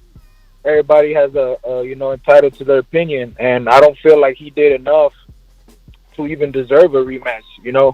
In my eyes, he was on the back foot all night. He was scary. He didn't want to fight, and I came to fight. I brought the fight in an ugly way, but nonetheless, I brought the fight. So I don't feel like he deserves the rematch. Can it still happen? Yeah, you never know. Where the cards will land, but for my next option, was Keem. It's gonna be in his hometown. He's very known in the Border Wars and in TBV, and I think it's gonna be a great fight between me and Keem. Now, why'd you pick Keem? You could have had anybody. Obviously, being the A side, 2 belts, undefeated record. You could have got a rematch with Ant. You could have offered, anybody an opportunity and had them say yes. What is it that Keem brings to the table that you feel, makes a good fight for you? Yeah, I think me and Keem we're pretty much the same, man. Our stories are pretty much the same. He was a pretty big guy using Border Wars to drop the weight. He's a family man. He has kids. He has a wife.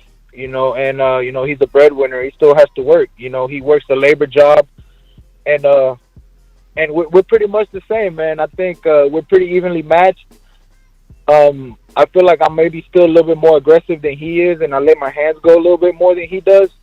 But if he's thinking that I'm coming out and performing like the way I did in my last fight, he's definitely got another thing coming. Yeah, but why should we believe you? You said that if Rel thought he was going to beat you, he had another thing coming. This wasn't the performance you said you was going to put on, so why should we believe that your next performance is going to be the one you say you put on? Yeah, I think mostly what happened was the emotion, man. There was a lot of bad blood between us, and even to this day, we still go at each other's throat. And it was just the animosity, the hate that we had towards each other, and then Doomy pretty much hit the nail on the head. We just couldn't wait to get at each other's head. The game plan went out the window, and it was just we letting them hands go. But with Keem, it's a different story. I like Keem, and I don't see that happening, honestly. Plus I kind of feel like I got a little chip on my shoulder, man. That I gotta show what I've been doing and the progress that I've been making. As you can tell, my body has changed, so that I've been putting in the work. But fortunately, it didn't transpire in my last fight. So I feel like I really got to perform, and I really got to be at my best. So let me ask you. And not just that. Yeah. I got to jump in and make this saucy, man. Did you jump on Keem because you seen Mario knock him down, or do you not believe that was a true knockdown? Nah, I think his foot slipped. I talk my little shit, but I think he did slip. But like y'all said earlier, I do believe that he has a lot more to show, and it's gonna be it's gonna be a battle of who wants it the most. Well, Marvin, man, I want to thank you, obviously, for calling in, man, doing your just do, promoting the fight. Shout out to you. What's this now? Your third main event, man? What the fuck? You building up a resume. Yeah. Anthony and you was a main event. You and Rel was a main event. And it looks like this might be main event. Yo, this is everything you see. Poor representation, man. I would have had someone write a press release saying that this is your third time main eventing, man. You got to get your team in order, man. Make sure they got things together. But anyway, let me jump out to... Hold on, I didn't get a chance to say anything. What's up, Marvin? Oh, Oh shit, my You bad. driving the bus by yourself. What up, champ? He fell asleep at the helm. You know what I'm saying? Yo, champ, I want to tell you something, man. They didn't do enough to rip the belts from the champ. Why And you know he what? hung up on you? He left. Oh, he dog. gone, huh? See, because y'all be so quiet. I gotta be like, yo, Ness, let me jump in. I got something. Y'all be like, my man he be twisting his hair and shit. Like they think you ain't even into it. What's wrong with this guy? You know, a relay race. Usually, you pass the baton. Dog, You know what I'm saying? I be Like- fully loaded, bro. I be fully loaded with the clip, man. I'm ready to. But yo, That's it. I'm running this whole race by myself. Let me get to this guy right here. JD, motherfucker. There's a lot of things I like to move, so just try to get on my game on boxing. I don't know why they gonna call me for a trip. I'm a 54 pounder, but I have a brother that's at 160.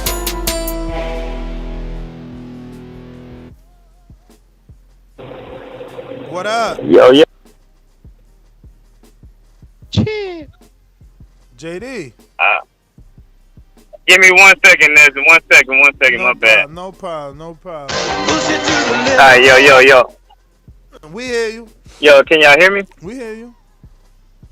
Alright, so can I piggyback off of that last fight real quick? Jump on it, man. Do your thing. Listen, Real did not let his hands go in that last round. It looked like he gassed out. Did y'all see what I saw? I seen definitely what you saw because I gave Rel 1 and 2. I gave Marvin the third plus the point. That's my draw. So I gave Marvin 2 and 3. How you gave Marvin 2, man? Dude's disrespectful, man. I gave Marvin 2. Oh! I gave Marvin 2 too. I gave him 3, bro. Yo, Rel did his thing in 2, man. To me. And then with the point deduction is like I don't know what we talking about. Nah, come on, JD. You a fucking pro, man. These dudes been watching boxing all their life. They ain't got to be body slamming, and he ain't even get the point deducted for the body slam. Think about it. Hey, now, listen. Now, I want to talk about that. Now, listen. And I saw what you saw, bro. But hold on, back up 1 second. Marvin, listen. I did just call that fight for Marvin, but Marvin was doing some dirty shit, right? You can't put a dude in a headlock and punch. So I see why all he did was stand up. He didn't body slam him. Go look at that again. I watched it again. We just screen shared it. You crazy. You better watch it again. He definitely hipped over. All he did was stand up, bro. Bruh, he hipped over, man. You could see him tip over so that Marvin could fly over. You bugging. Go back and watch it. I got it right here, man. JD, you got a key eye in boxing. I thought you would have. And remember, JD, remember. Hey, shout out to you for handling it the way you did, Doom. But JD, is Doom not here? Yeah, he is. Yeah, I'm here. He is. But hold on. But JD, remember this. Okay. I'm gonna shut up too. I know people be saying I'll be hogging the mic, but remember this. He didn't take the point for that. That's the beauty of it. I know. I did. I know. And rightfully so. He took the point for the next fucking flagrant infraction. It was flagrant. He told him, don't punch on the break. He said, break. And he gave him a good fucking uppercut to the midsection. That could have stopped the fight. Yo, listen. Somebody can't, not everybody can recover from a shot they not expecting to the body, man. Bruh, flagrant. That was not a big shot like that. To me, I'm not standing for nothing flagrant because we talk boxing every day, 7 days a week, 365 days. There's no fucking way you gonna come to my show and do something flagrant. You watch boxing. That has no place for us anyway. It's a learning curve, JD. But it's listen, the learning curve is always gonna be you get a fucking point deducted. That's your learning curve.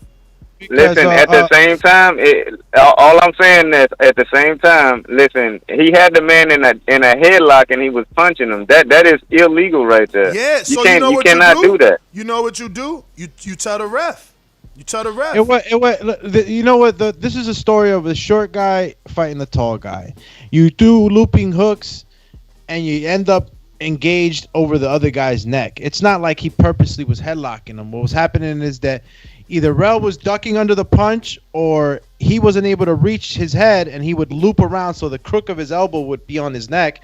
And then, I understand that Rel, in your eyes, Rel just wanted to get up. But, I'm conducting the fight and I'm seeing the attitudes of the fighters and, their expressions and what they're feeling in there. And I didn't give him a point for that one, even though it was flagrant. He hipped over and he wanted to muscle Marvin out and do that. And I understood that there was high octane in that fight, and I didn't take the point. But even Rel will tell you, man, look, I got nothing against both fighters. They went in there with a game plan and it went out the window because they wanted to rip each other's heads off. That's what happened. And I told Rel, after the second warning, I told Rel could attest to this. I told Rel, for the success of your fight, don't do that again. Don't make me have to warn you again. I told him in the corner, very soft spoken to him. I told him, like, listen, for the success of your fight, don't do it again. And I saw that he acquiesced. He said, yeah. But when these guys got in each other's faces, what I was seeing in there, bro, was flama flames in his eyes. All right, he was really the flama flame that day. He had flames in his eyes, and so did Marvin. So there you go. So the question, but I do want to say this with that point deduction, Marvin won that fight. Hands down. What? Yeah, I don't. That draw maybe. But I bro, don't if I'm think of this. So you gave Marvin a second and a third? Bro, yes. Okay. What we talking? Okay. I'm just trying to make sure. It's almost with the point deduction, it's almost like a fighter got knocked down. Yeah. You so it's a 10-8. So it's a 10-8. So you up a round. That's it. That's what I'm saying. So that for my card, you still got it to draw. That's crazy. Yeah, for my card, it evens it because I have Rel 1 and 2, man. I have Rel 1 and 2, man. He did. Well, let me say this. That's the last thing I'm gonna say about that one because we got to move on. I got so much more to touch on. I'm sure you do. I'm sure. Listen. Yo, listen. If I'm real, if it's so much bad blood, bro, you gotta leave it all out in the third round. You gotta let it all go. You know what I'm saying? If you really want to win this fight, you gotta let it. So I just feel like real dropped the ball on that one. You see what I'm saying?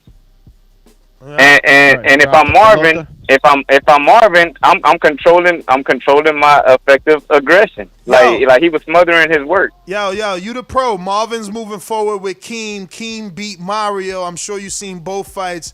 How does Keem beat Marvin, and what Marvin got to do to beat Keem? Go. Man, I don't remember. Marvin fought. Keem fought Mario, right? Mm-hmm. Yeah. Man, Mario got too tired for me. I can't judge. If you got a tired man like that in front of you, I mean, look at my man Sean Jones and the guy he fought, Cash the Dad. He was out. You know what I'm saying? It was no more he can do. He's clearly the more skilled guy, but it was no more he can do. You see what I'm saying? Yeah. So I can't really judge. Marvin will beat what's his name? In my opinion. Wow. Because he gets the win over Keem? Only because I haven't seen enough. Only because I haven't seen enough. You know what I'm saying? And that's fair. He's the proven champ, and Keem's got to prove that. So, shit, I'm looking at it. I do want to say shout out to Mr. Let Them Hands Go Vega. Vega was yo, he got a new nickname, Mr. Let Them Damn Hands Go. Yo, he was letting them hoes go. Shout out to him. Yo, do you think Matt should take the Mario fight? Yes. Yo, how far are you from Lubbock, man? How far are you from Lubbock? Man, shit, Lubbock for me that's got to be at least 4 to 5 hours. Damn. Holy moly. But listen. Anybody that want to come down to Houston, man, I would take off. I would take off the weekend if I have to, and we would go to the gym. It's a lot, man. Like, yo, Mario need to bring his ass over here too. Hell yeah.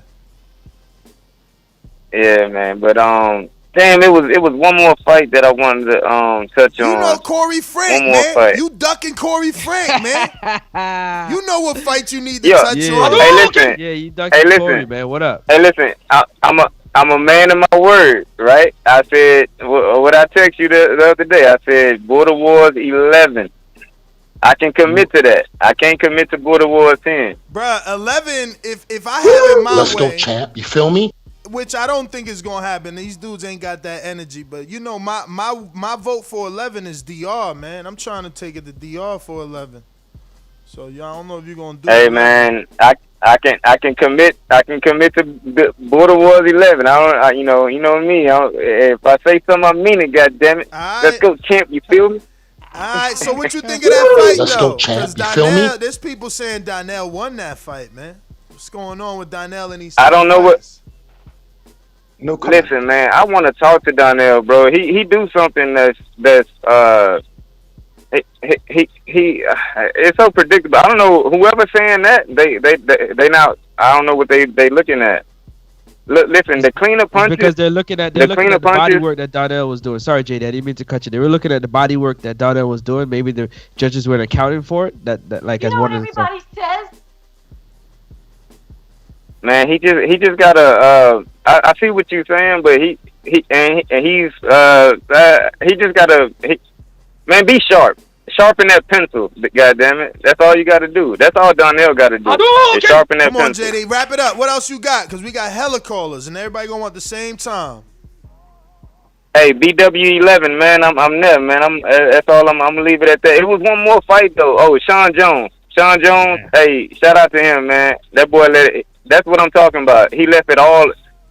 He didn't want to lose that fight. Yo, shout out to Sean, man. That's all I got. Yo, you like him better at 190 than 175, or should he come back down to 175? I think it don't matter where he at. I think he just got the mentality that he don't want to lose again. And whoever gets in there with Sean, they in for a dog fight. You know what I'm saying? All right. Let me get to that one white boy. BoxingVoice.com. When I was locked up in County Jail, I thought the Southside was gonna fight. I knocked out the Southside. Tear drop. BoxingVoice.com. What you got to say about that, Deontay? What you got to say about that, my man? Hold on a second. Yo. Yo. What it do? What up? What up? Not a whole lot, man. Just relaxing. Just got done with our fighters' weigh-ins here. Ezekiel and Shane, their first amateur boxing event. And got them some food. Now I'm headed back. I'm at my house now, just relaxing. Probably in a couple more hours, go back out there. Hey, did DeMarcus ever call in? Did he call in today? No. I spoke to him yesterday, though. Everything is a go. Perfect. Cool. That's even better then. All right. Well, let's see here.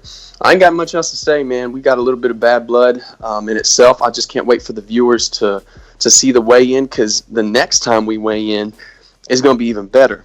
So just remember that, guys. I'm pretty locked into my team's fights today and things like that, so I'll have better promotion for our fight next time, but I just know that it will end dramatically and with me, my hands raised in the air in Florida. Never been to Florida, but there's a first time for everything. And he's 1-0 on Border Wars, and he will be 1-1 at the end of the day. But sorry, I haven't really been on the show today. Been a little busy, but I figured I needed to call in and check in with you guys since our fight's going to be fight of the night. How big is the fight of the night bonus? Oh, that all gets decided closer to the fight. People donate that. Okay. All right. Well, you can count on me to donate 100 because I know I'm gonna win it back. You know what I mean? So I know I'm gonna get it back. Yeah, I'm gonna put you to sleep. But what if fight of the night is not judged like other people judge it? Yeah, well, I'm telling you, you were yes, there it's gonna anyway. be fight of the night. You see how it happened. The crowd picks that, so. Right, and yeah, I get it. You know, they picked Supermex and Smoke 'em Out Jay because of the knockout. But like I said, I'm gonna have fight of the night, so I put $100 on it, and I'll go ahead and win that back, though. You know what I mean? Is there a KO in the night too, or what? I don't. You know, again, man. As this gets bigger, who knows? Who knows? We could probably do prizes the way we gave gloves away for the winner of the night, the winners of the night, or whatever we gave the glove away for. I think that was the fighter or the winner of boy. I don't know, but we gave somebody the glove. So, you know, maybe we could do something like that for different levels. If we get a KO, stupendous. You know, maybe KO gets something and fighter of the night gets something. Look at that. Like Jordan put another 100. He's the one put 100 the last time. You know, him and Calito from the UK. Shout out to Calito, man. Always in the clutch. Support. All right, cool, Jordan. I appreciate that, Jordan. Yeah, he's a pound supporter too, correct? Correct, Amundo. He is. Yeah, I'll get there. I'm gonna get there one day, champ. I just got a baby girl on the way, and got to make some priorities. See how my pockets will be when she comes and things like that. But in the future, I do want to be that. And DeMarcus, man, if you're out there listening, I know you're scared, bro. All right, I seen it in your eyes. I stared them down. Them brown eyes you had, man, full of shit, man. You said you'd weigh 168. You came in 15 pounds over. You get beat by a white boy, you know they're not going to let you come back to the hood. You're going to have to move, bro. You're going to have to go somewhere else other than Dallas. You're going to have to get out the DFW, I promise. So you better come prepared, 160, or I'm taking your money, too, that you're going to put down on the table. I don't care if it's an ounce over. I don't care if it's 0.01. The money's mine. And then I'm going to knock you out right after that. So, and that's all I got to say, playa. All right. Because I know he's listening. All right.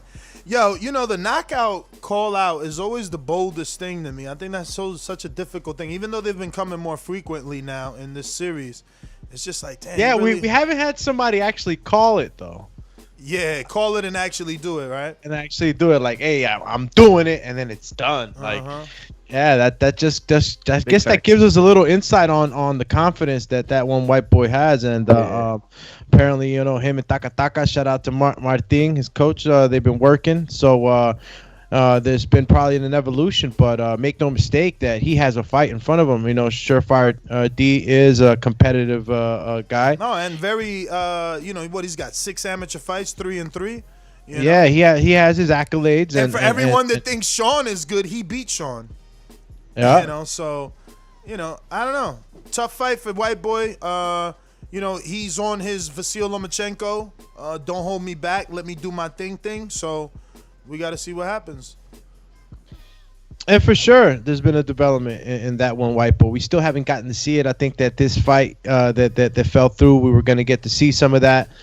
We know what to expect from Surefire. Absolutely. You know, the name says it all. But I expect a competitive one.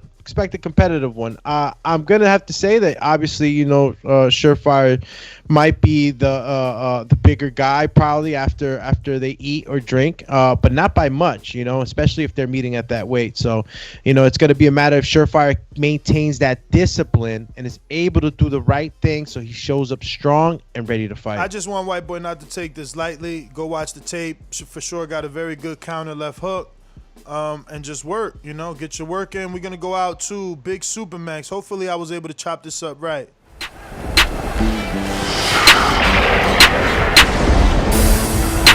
Slang. It's the ring walk, he headed in the fire impression. Supermax is reppin' that Lone Star, Texas. Strong arms, weapons, his hand wraps in leather.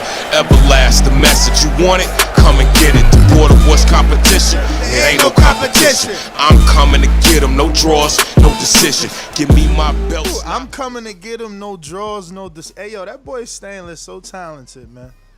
Yo, Supermax, what up, man? Oh, what up, champs? What up? Hold up, let me read his super chat first. Yeah, nah, Smoke him Jay and his wife called it in. He delivered. That is true. They I gotta give him the credit, dog. He called that.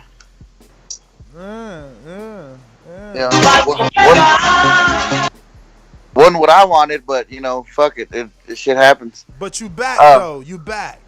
Yeah, we right back, dog. Look here. This is like I posted this. I think you saw it, Ness. This is about weight loss, and that shit happens. But we right back. I'm like I said. My only disappointment was not getting to go some rounds and show all the improvements, all the hard work. You guys know the gas tank is there. Looking back, I haven't got to watch it yet, but I just feel like I was like feeling myself way too much. The swag was definitely turned up, and got a little overzealous. I kind of walked right into one. So it is what it is. Now I gotta ask you, why are you not taking time off? You know, you suffered a knockout loss. You know, Sony suffered a knockout loss. Lauren hasn't been back since his knockout. Like, some people just don't come back after a knockout. Why are you coming right back? Because I'm the man, dog. I talk too much shit to just quit and walk away. This is boxing. You're gonna get hit. It happens. A lot of guys, yeah, they might not come back. They might be hesitant, but this is bigger than just wins and losses. Me winning in life is getting back in there, losing this weight. Like I said, I also said I have a 50-pound weight goal to lose, if not more. So we're coming right back. Let's go, champ. Super Max, man. Look, man. So tell us about your opponent. Sorry, go ahead. Actually, jump in. My bad. That's what I told you to do. Jump in, dog. Get aggressive. Yeah, come in there, dude. Who's next? Nah, look, Super Max, man. Shortly after the fight, and the event finished, man. I just, I spoke to a couple of people who were, just ecstatic about how you came in. The ring walk is still being anticipated for us to see again. And I felt like you had done some work, man, and you didn't get to show it. You didn't get to develop through the fight in order to, go ahead and get some momentum. We know that once you start punching, and really getting into rhythm, you throw a high volume of punches, and you're always in the guy's chest. You weren't able to, show that. What do we expect from Super Max, and how do you take this loss going into the next fight? Well, for one, you take everything in stride, dog. I'm like I said, I'm the man, dog. This is the Super Max show. I'm taking a step back to let some of these other guys shine. But let me answer that different breakdowns, man. Yeah, look, my plan was to try to go into deep waters. I felt like my pace would be a little bit too much, and I got hit when we got in there, man. I came kind of straight at his chest. I got hit in the forehead, and it was something I felt like it wasn't too much for me to handle. So that's when I see nothing but body, try to come in with some body shots, and next thing I know, my legs was telling me to lay down. So it's kind of one of them things that happened. I never saw the uppercut coming, man, and it was there. Now, as far as the ring walk goes, look, man, I told this to the rest of the Four Horsemen, the rest of Team Texas, Eddie, Kendrick, Marvin, and the guys. This is what I want everybody to do when you come to Border Wars. Look, a lot of us guys, Doomy, Ness, you guys can attest to this. I'm sure we all visualize ourselves. What would we do in that moment? The arena full of people, how would I want to come out? This is your chance. For me personally, I know this is the closest I'm ever going to get to living out that dream. So I'm going to live it to the fullest, man. Enjoy it. Soak it all in. When you come out, make yourself a star. Sell yourself. Yeah, it might be a little goofy, our little own bowling league of YouTube, whatever. But enjoy that, man. Make yourself a star. Bro, Doobie saw the ring walk. Anybody who saw the ring walk knows, in my mind, I was at AT&T Stadium on the undercard of Errol Spence. You know what I'm saying? That's just what it is. So for everybody who comes into this, yes, it's cool to be humble and be, take it serious. Obviously, we all got to. But enjoy this moment, man. Enjoy this. Yeah. Max, man, you make a great point, man. And just to add to that, and I know in your own humility, you say, you look a little goofy, the boxing league, like a bowling league. But in all honesty, man, that's just your humility talking, bro. You're doing the same thing that any fighter does: preparation, training, interviews, the ring walk itself. All right, that by the time you get into the ring, if you don't know how to get a grip of your emotions, you're spent. Everything that you guys are doing is epic, and it's a moment to be cherished. And you made a great point. Go out there, wear your best gear, feel the best you can, put the music that you want to be played, you know what I'm saying, as long as it's not copyrighted, or you have the rights to use it, and make that moment for you, man. And you captured that, bro. You captured that. Well, I just want to get my point in here real quick. I just want to say, Super Max, I'll definitely be signing up for the Ric Flair ring walk school of Super Max. Woo! Get my ring walk on point for Border Wars 10, my debut. Yeah, Right. man, it's something. Don't Let's get me go, wrong, champ. man. You feel me? We're gonna try to top it at the next Border Wars, but the main focus is also to win. You know, it's cool to be. Look, man, it's cool to have all that flash, but you want to win too. So there's a mix of both, man. But you take this loss in stride. Let me say something real quick. I know Ness is gonna love to hear this. Keem, you know, Ness and J Mac have kind of tried to advise you against taking that fight, man. I would listen closely because they also told me not to take this fight that I just took. You know, I'm not telling you what to do, champ, but I learned the hard way to maybe it's better to listen to the team. Nothing wrong with listening to your team, man. Look, I felt like I felt like I had everything going for me coming in. I was excited. I felt great. Sometimes things don't work out how you think, champ. So heed that advice, brother, because you know things happen. Things happen fast in there too. Do you know what everybody says? But yo, I ain't say that. I think that Keem actually he could beat Marvin's beatable, man. I mean, I love him. He's our champ, but I'm still an analyst. I'm still a commentator, and you know, there's some good things that Rel did in that ring. There's some things. Oh, I'm not saying it's impossible. I'm just saying when the people that are running your team are advising you, like J Mac, at least take it into consideration. Nah, I mean, I'm sure he took it into consideration, but you got to remember he's got more than one coach. He's got a day in, day out coach too. Yeah. You know, a little bit of a different decision being made over there. Plus, Keem's a worker, man. Listen, he just got to work. You got 4 months, man. It's 2 belts. You gonna tell me? Listen, that's the difference, man. That's the competitor's heart right there. He got it. He got it. He got what's needed to go next level. Yo, and shout out to my opponent. I know Jaron. It's pronounced Jaron, right? Or Jaron? Jaron. Okay, I heard him, maybe over a year ago call in.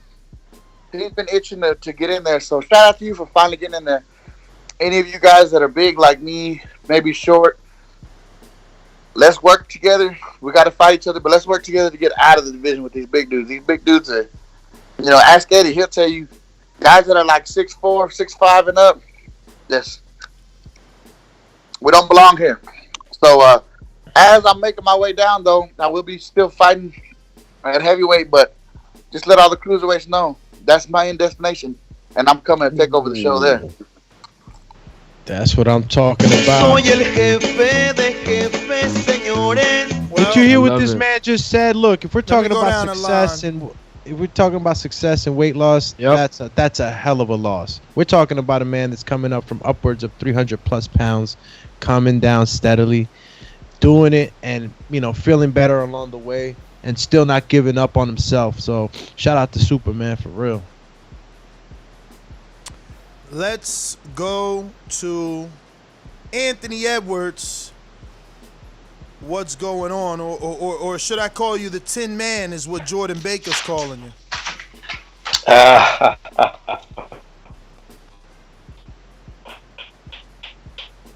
Uh-oh, he's got bad service, man. Hold on, bro. Are you there? Yeah, I'm here. Can you hear me? I hear you, Ant. Talk to us. Yeah, can you hear me? We hear you. Yeah. Yeah, so. Hold on. Okay. Yeah, so. Yeah, let me address that, Jordan.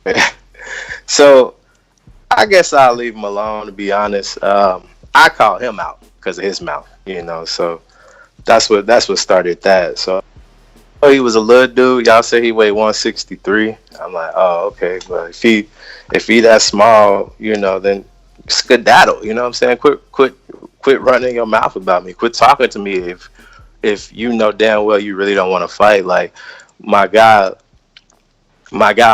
told me I had to pay $500 collateral plus $100 per pound overweight. Like I ain't never came in overweight. So if I choose to go to that weight, I'm gonna be at that weight. You know what I'm saying? Keep in mind, I fought 3 times, but I had 6 camps. 3 people dropped out on me. You know what I'm saying? I'm still not hollering about no collateral and all, unless I get to somebody like Jose. You know what I'm saying? So, to me, you don't want to fight and then say I got to come all the way down to 165. You was running your mouth talking about you wanted to fight Sal at 175. I'm like, okay, me at 175. here come all this, you know what I'm saying, all these excuses. Y'all need collateral. I need you to come down to 165. This is, bro, if you know, I'm flattered, to be honest. I'm very flattered, because that just says to me, even, you know what I'm saying, even whatever position I am, I'm hurt, I lost, or whatever it is, these dudes still scared. Stipulations up, that means you don't want to fight, right? Like, you can get one thing out of that. You can get the weight. Like maybe I make 160, but really that's hard as fuck for me. Like, I'm solid, bro. Like, I'm not a small dude. Like, but for him, I was willing to. But clearly, it's clear to see he don't want that. So I'm gonna leave him alone. You know what I'm saying? If I see in my offer, you know what I'm saying, hey, you want to hop in the ring one time to swap it out? Like, but if he don't want that, which I doubt. You know what I'm saying? I'm just leave him alone. Like, I'm flattered. He's scared. So where do you go from there? Because it's like, obviously, you know, the Marvin rematch is possible. He's headed in your direction anyway in terms of weight, but he picked Keem over you. Keem is hot right now. Yeah. I mean, I saw that coming. You know what I'm saying? Kind of early on, because, you know, Marvin was flirting down, trying to, you know, he was even at the higher way, he wanted to fight smaller guys. He's not a guy that wants to fight somebody bigger. So, you know, when he has to, he will, I guess. But, you know, I feel him. Like, you got a hard fight. Let me get some easy shit, like, or somebody that ain't fucking huge. Whoa, you know. So I feel you calling the Dream easy?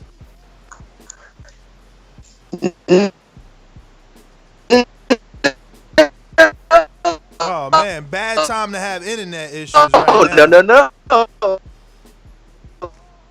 Damn, and See, you got tough issues. Your internet like going all the way out. Get the Keem yet. But I'm just. Damn, the boxing gods are splashing radio waves we gonna have at to come you, back at you, man. Damn, you waited all that time, man. Hang up and call right back in, man. We gonna wait like 1 millisecond for you. R2D2 mode. Yeah, you gotta hang up and call back in. Just call back in, get a new connection or something, man. What's up with y'all internet, bees? Here we go. Let's see if this works. Hello. Mr. Edwards. Edward, are you there? Yeah, can you hear me? Yeah, way better. Okay. But no, I was saying, no, that's not what I'm saying. Like Keem's an easy dude. I'm saying from Marvin's perspective, he like, okay, I done fought this big motherfucker. Let me take something perceivably easier. Yo, you know what I'm saying? Let me ask you, as an opponent, a past opponent of Marvin, do you think he won or lost? I haven't got the chance to watch the fight. I wanted to listen to people talk about it before I sat there and watched it. So I can, okay, this is what people are going to say. Let me make sure I don't look at it a biased way. Like, so I've been taking my time. I just want to hear what people have said before I get my take on what actually happened. I'm shocked you haven't watched it yet. Wow. Yeah. I'm anxious to watch it, but I just wanted to hear what people were saying first. I'm just kind of weird about that one. Because I expected one thing, obviously that didn't happen, but sounds like it was still something crazy going on. So like I'm still anxious to watch it. But yeah, like I was saying, from Marvin's standpoint, he made it looking like shit. Let me get down in this lower weight so I ain't got to fight no more rails. You know what I'm saying? And to him, it may be easier. So I was interested in fighting Keem for the very reason that I think this might be a pretty good fight. What reason is that? Keem really the A side. That's what I said. I said that. I said, is Keem the A side? He got offers coming all over. Keem hiking A side. But I seen something in him in the ring, because I was right there ringside with the camera. I seen something in him. And it had me a little bit interested, so I'm just like, okay. Wait, what you seen though? You gotta you on some Mikey Garcia shit right now. I seen some skill. I seen a little something, because one of the tidbits he told me, he sparred a lot, and I can see that. Like, he was just really comfortable in there. Even when Mario hit him with a solid shot, I thought he was gonna fall when I saw it, and I was like, "Oh, he took that shot and just okay, come on." And then I was thinking like maybe he get hurt, maybe he gonna back up, maybe he came back with a few shots. I'm like, oh, he might be a dog. So, I think this might be a little bit of an adjustment for Marvin to finally fight somebody who's gonna be patient and has seen a lot of him. So there's the size thing obviously because Marvin's like my size, so Keem is a little smaller, so it may be some disparity there, but maybe not. Nah, remember Keem coming from 250s too. He just been working. Just height wise, I'm thinking just height wise. I mean, he was definitely taller than Mario. Keem feel like he every bit of 5'9", 5'10". Nah, I'm about 5'9", 5'10". I don't know to you that tall. He could be though. I don't know. I just kind of you'd be surprised at. I mean, he was taller than Mario. I'm thinking 5'9" at least. 5'9". Maybe I was looking at it wrong. I just kind of I don't know. No, they're about the same height. Marvin and Keem about the same height. Oh, okay, so maybe this is even more interesting than I thought. Then maybe there is no disparity of anything, like because you can say the experience thing, but I seen the dude that felt comfortable there. Keem just said that he's probably an inch taller than Marvin's probably an inch taller than him. Okay, so it really ain't that big of a difference there. Okay, so but yeah, I seen somebody comfortable there.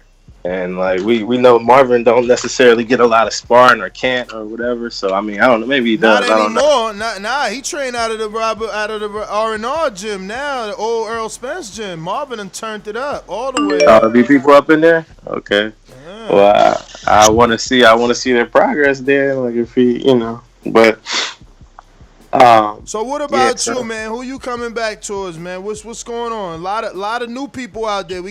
We got that one white boy bringing his whole Amarillo crew. We got Ambrose possibly still out there. I mean, at 75, who else? Oh, you could get the Hector Munoz fight at 75. Ain't he a guy? He's trying to go amateur or pro for real, though, ain't he? Yeah, he trying to go amateur. I might have to get like a Donnell or somebody for that. I don't know. He won the 175 though. He sound like we'll see. But what you looking at? That's what you always do, man. Ever since Marvin took your soul, you've been straggling to get opponents, man. You acting like JD right now, man. You acting like the old JD, man. After JD lost to Mitty, he was running around here in a little slump too, man. What's going on? Nah, man, ain't no slump, man. You know me. I'll try to get my get back, so I'm just being patient with it. But there was I was gonna fight the Ambrose guy, but shit, no one knows him. He speaks no English. Like we ain't seen it just seemed kind of odd. I was gonna take that fight on the fly anyway, but he might fuck around and be a ringer because I look at him and he looks like he got a little sauce. You know what I'm saying? Just the way he moves a little bit. I got some bag footage that he just looks better in his bag footage than his spawn. I be thinking like he's a ringer too. Then he said he used to fight 10 years ago or some shit. So we all do you got some amateur experience? And it's just like we didn't even see his face. He had the mask on and shit. He wanted to be Mitty tune-up. Nah, that's it. You don't just come here and call out. Yo, what about that? What about that, man? You've been putting that fight off for a while. What about you versus Mitty, man? Go ahead and roll the dice, man. Maybe I will. I'm coming off an injury though, but man, maybe I'll be great because it seems like it's forever. It's forever pushed back this Mitty thing, man. I can't even get a get back fight. You know what I'm saying? Guys dropping out, guys calling my name and ain't serious. You know what I'm saying? So it's been a little bit difficult to get a fight, but I Mitty's definitely this year. I might just say fucking take one and then Mitty. I had a whole plan, but it's like, yo, I ain't got time for that. Let me just get back good and just give Mitty that work, man. Cause that was the goal number one, and Yo, it's champ. time Well, to get back to it. let me get to some other fighters, man. We got a lot of debuts. This is gonna be a All right. long show. The champ is here. The champ is here. Red belt, black belt, WBO green. I'm king. Undisputed GOAT, TBE. And you can catch the news first on TBV. Voice of the people, people now let me speak. Scientists of the sweet, BOXING. Uh-oh. Uh-oh. How Francis' face turn once you hear that intro? Yo, give me just a second. I'm running this Twitter out. Give me just 2 seconds. What he say? He finishing these 3 rounds? Nah, he said he got to tape the face back on the bag. Francis' face back on the bag. I thought I heard him say, hold on, let me finish up these 2 rounds. Let me go to J-Mac in a second then. Yo, you can hear me? I hear you. Hold up, it's a horrible connection. All set. Nah, I lost my connection. Let's go, champ. You feel me? You can't touch me, you're not man enough. J-Mac said, I know Ambrose and he speaks perfect English. That's for Ant. Let's go, champ. Stainless, you there or what? No Stainless, he dropped You all off. sitting in your... J-Mac, man, what up, though? You know how these bitches is in the sport. Total disrespect. Kid has no class, no style at all. I'm a gorilla, I'm a dog. I'm a dog, I'm a gorilla. The smartest thing you can do is to stay away from Derek. It can't be the boogeyman if I'm chasing him. You want to bet? You bet 100,000 on that. Let's bet $1 million. Easy. Yo, how y'all doing? All good. Back attack. Hey, shout out to Mr. Ant, but like I said, I know Ambrose and he speaks perfect English. Matter of fact, he's speaking Ant English as well, just in case Ant needed to figure that or find out. Wow. To see what that sauciness. You think Ambrose ready for Ant? Hey, then wasn't they about to fight? See, we didn't speak French, so we might need to take a little more French lessons from Mr. Mitty, but I did like the fight with Ambrose going forward. Man, Ant was real confident in that one. He said somebody was a little bit too much concerned about his sauciness. I ain't saying no names, but like I said, speaking of Mr. Ambrose, he speaks perfect English. Well, we know him. Ant I took seen the his fight. face. Technically, J-Mac, I don't know if you know, Ant took the fight. I think Ambrose pulled out, and then. Oh, okay, I don't know. Then there was a late minute replacement for Ant, and then Ant pulled out because of the 3 injuries and some shit like that. Well, shit, I'm still talking this shit up anyway. I mean, if they got unfinished business, he ain't got no opponent. Ambrose, he working hard. He sent me. He was in the gym the other day, and if Ant was a potential opponent, I'm quite sure he'd still be interested in it. And for the record, Keem and Marvin are the same height, same size. I don't know if you can say one guy is bigger. They both came down from tattoos and stuff like that. So the last Marvin I seen and Keem I seen is actually the same height. Nobody's bigger than each other. I was just reading Marvin. Keem's message. He said that Marvin is 1 inch shorter or taller. He thanked Marvin is 1 inch taller, but like I, had the luxury of standing next and seeing both of them hitting pad work, looking eye to eye, and I could tell him and Keem in the same height. Okay. So I don't know. I don't know if it's gonna be a big size differential.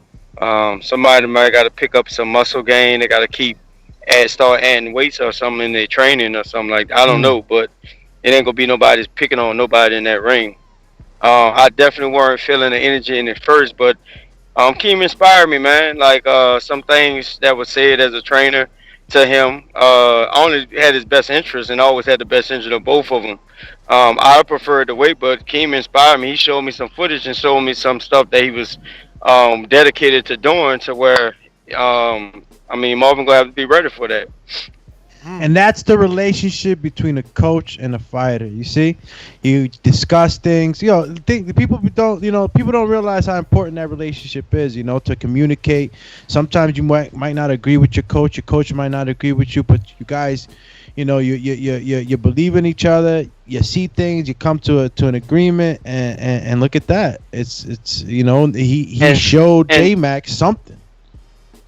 And doing me, like, see, a lot of times being that we doing this thing firsthand, we don't get to see these professional fighters go back and forth with their coaches. Sometimes it leaks out, sometimes it don't.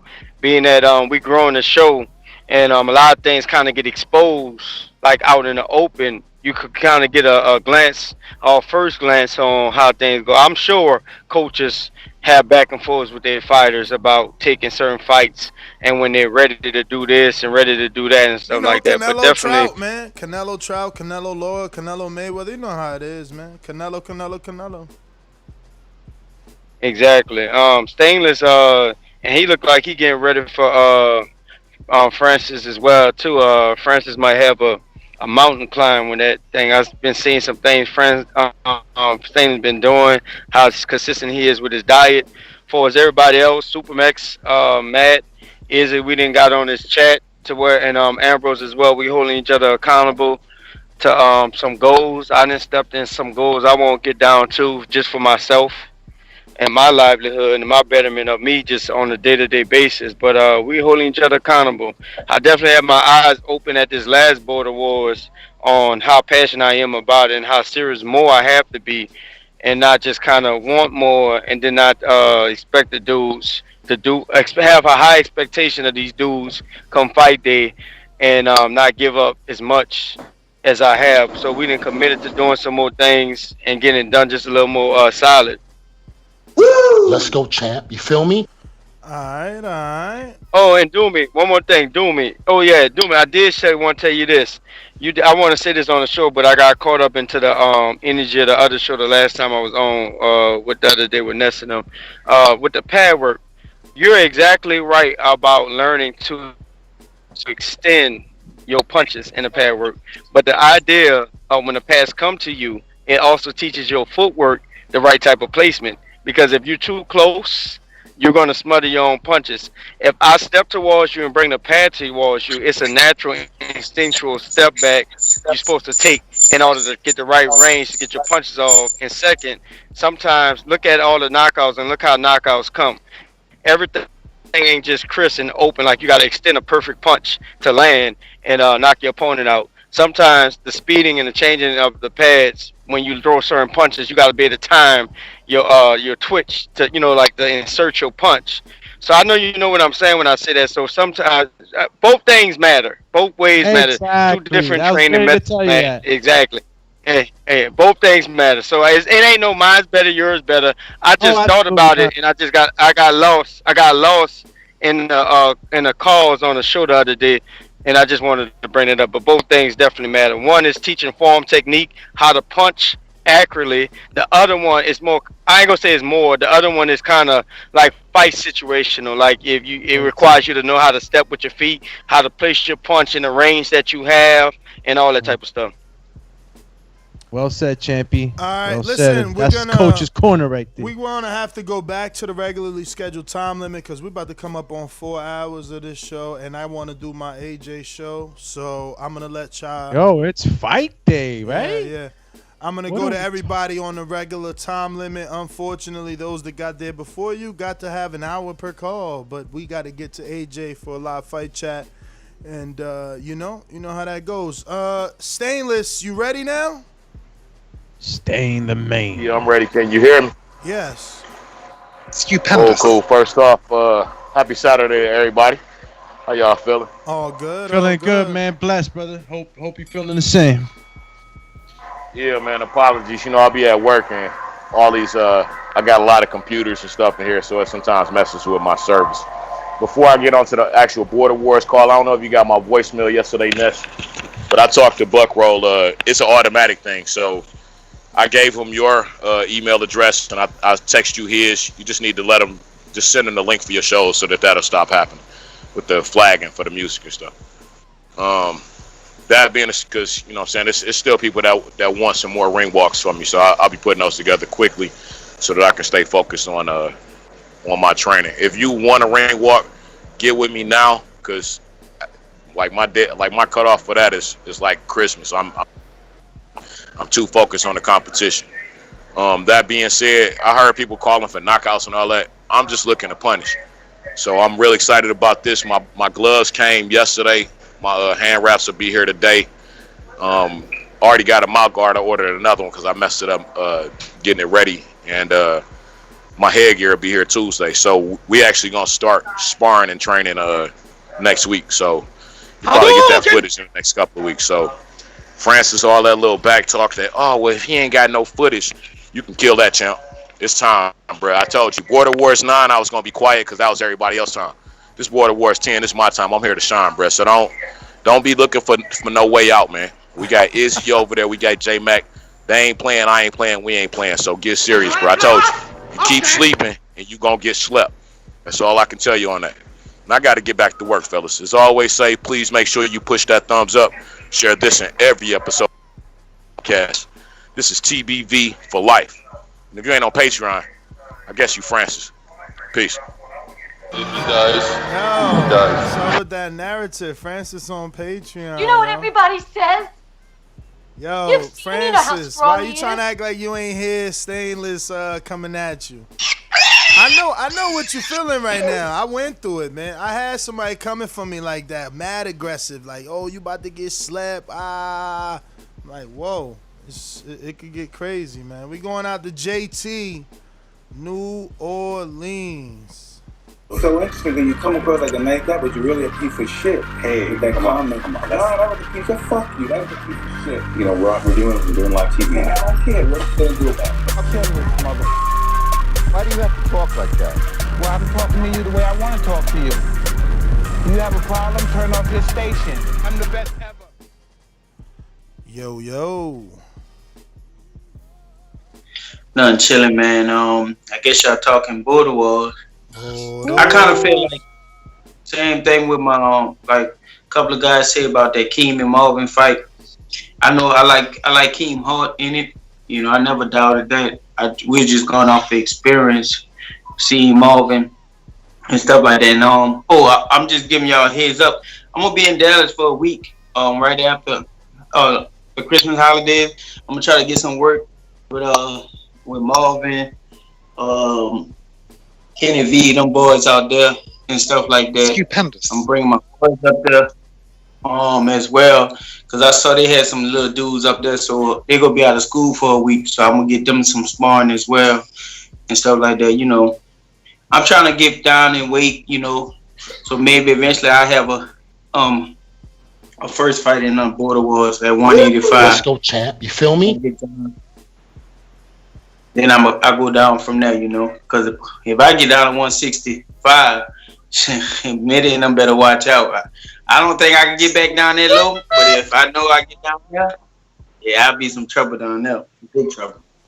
But I'm enjoying it, man. Right now as a coach, trainer, you know, like I got respect for all the fighters that step in the ring, no matter what level you at and stuff like that, you know. And I'm just here to watch some exciting fights, you know. Just kind of motivated me to get back in shape. I had just ordered some new boots and stuff like that, fight boxing boots that I've been wanting. I've been holding on again. I'm gonna start getting it, and you know, keep trying to stay in shape with my kids, man, because I'm getting them into that boxing, and I want them to go to the next level with it.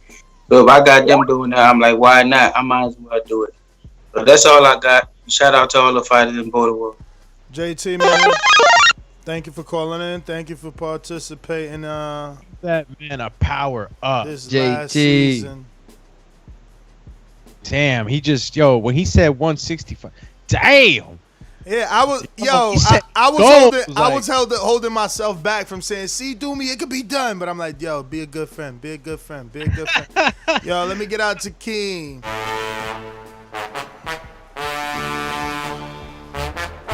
There's nothing in the sponge for Izzy. He ain't got nothing in there.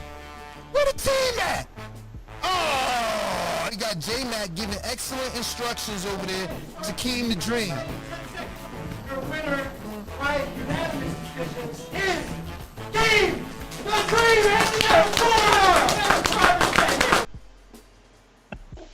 Dream Yo, hello. He got nothing in the sponge. What up, y'all? What up? Man, it's a long show. I was on earlier. I had to get off. I said, man, let me see if they're still on. He's still going strong, man. Border Wars be taking all the energy. No, I already know it. That's what's up, though, man. I love to see it. But yeah, man, I've already started, I guess camp, you could say, or pre-camp. Camps for me, I know is different. That's when you really go hard. So right now I'm just doing, just some little drills and working on some things, man. Working on some, some little techniques and things. Luckily, I have the ability to spar, kind of not whenever I want, but I can get sparring. So figure start working on a lot of these little drills and techniques, start getting the muscle memory, and then I could put it to work in the sparring and fine tune it there and be ready for the fight, man. Yo, man, I gotta jump in here, man. Did you show your Florida coach the tape? Cause I know your other coach seen the tape. He was there live. Did your Florida coach? Nah, I haven't showed him yet. So wait, so you took the fight without showing him your opponent? Yeah, cause what my Florida coach, man, it wasn't it what how do I explain? My camp with Mario was different, man. It was a fat camp, and Andy Rivera is he's really hard. He's real tough, man. He's very tough. So I needed him in that first camp for that, man, for the workout, for the losing of the weight, for the guy who's got the experience to to push you and how hard you got to go to be a fighter. So I used him for that fight. For this one, I'm gonna switch it up, man. But yeah, I took that because listen, Marvin. Credit to Marvin. He's a strong guy. He's a tough guy and everything. But he's pretty straight up and down, man. So. The ding ding. All right, hold on a second, buddy. My bad, man. But yeah, with Marvin, man, he's pretty straight up and down, and I'm using just straight J-Mac this camp, really. You know what I'm saying, as my trainer. So yeah, J-Mac seen it. Oh man, Skype. She lasted long. She said, yo, why at that moment did we get a restart too? Because I was about to say, really? You gonna just use a virtual coach for this one? For your title shot? That got to be questioned. That got to be questioned. No, maybe it was just gonna be an addition to the group, maybe.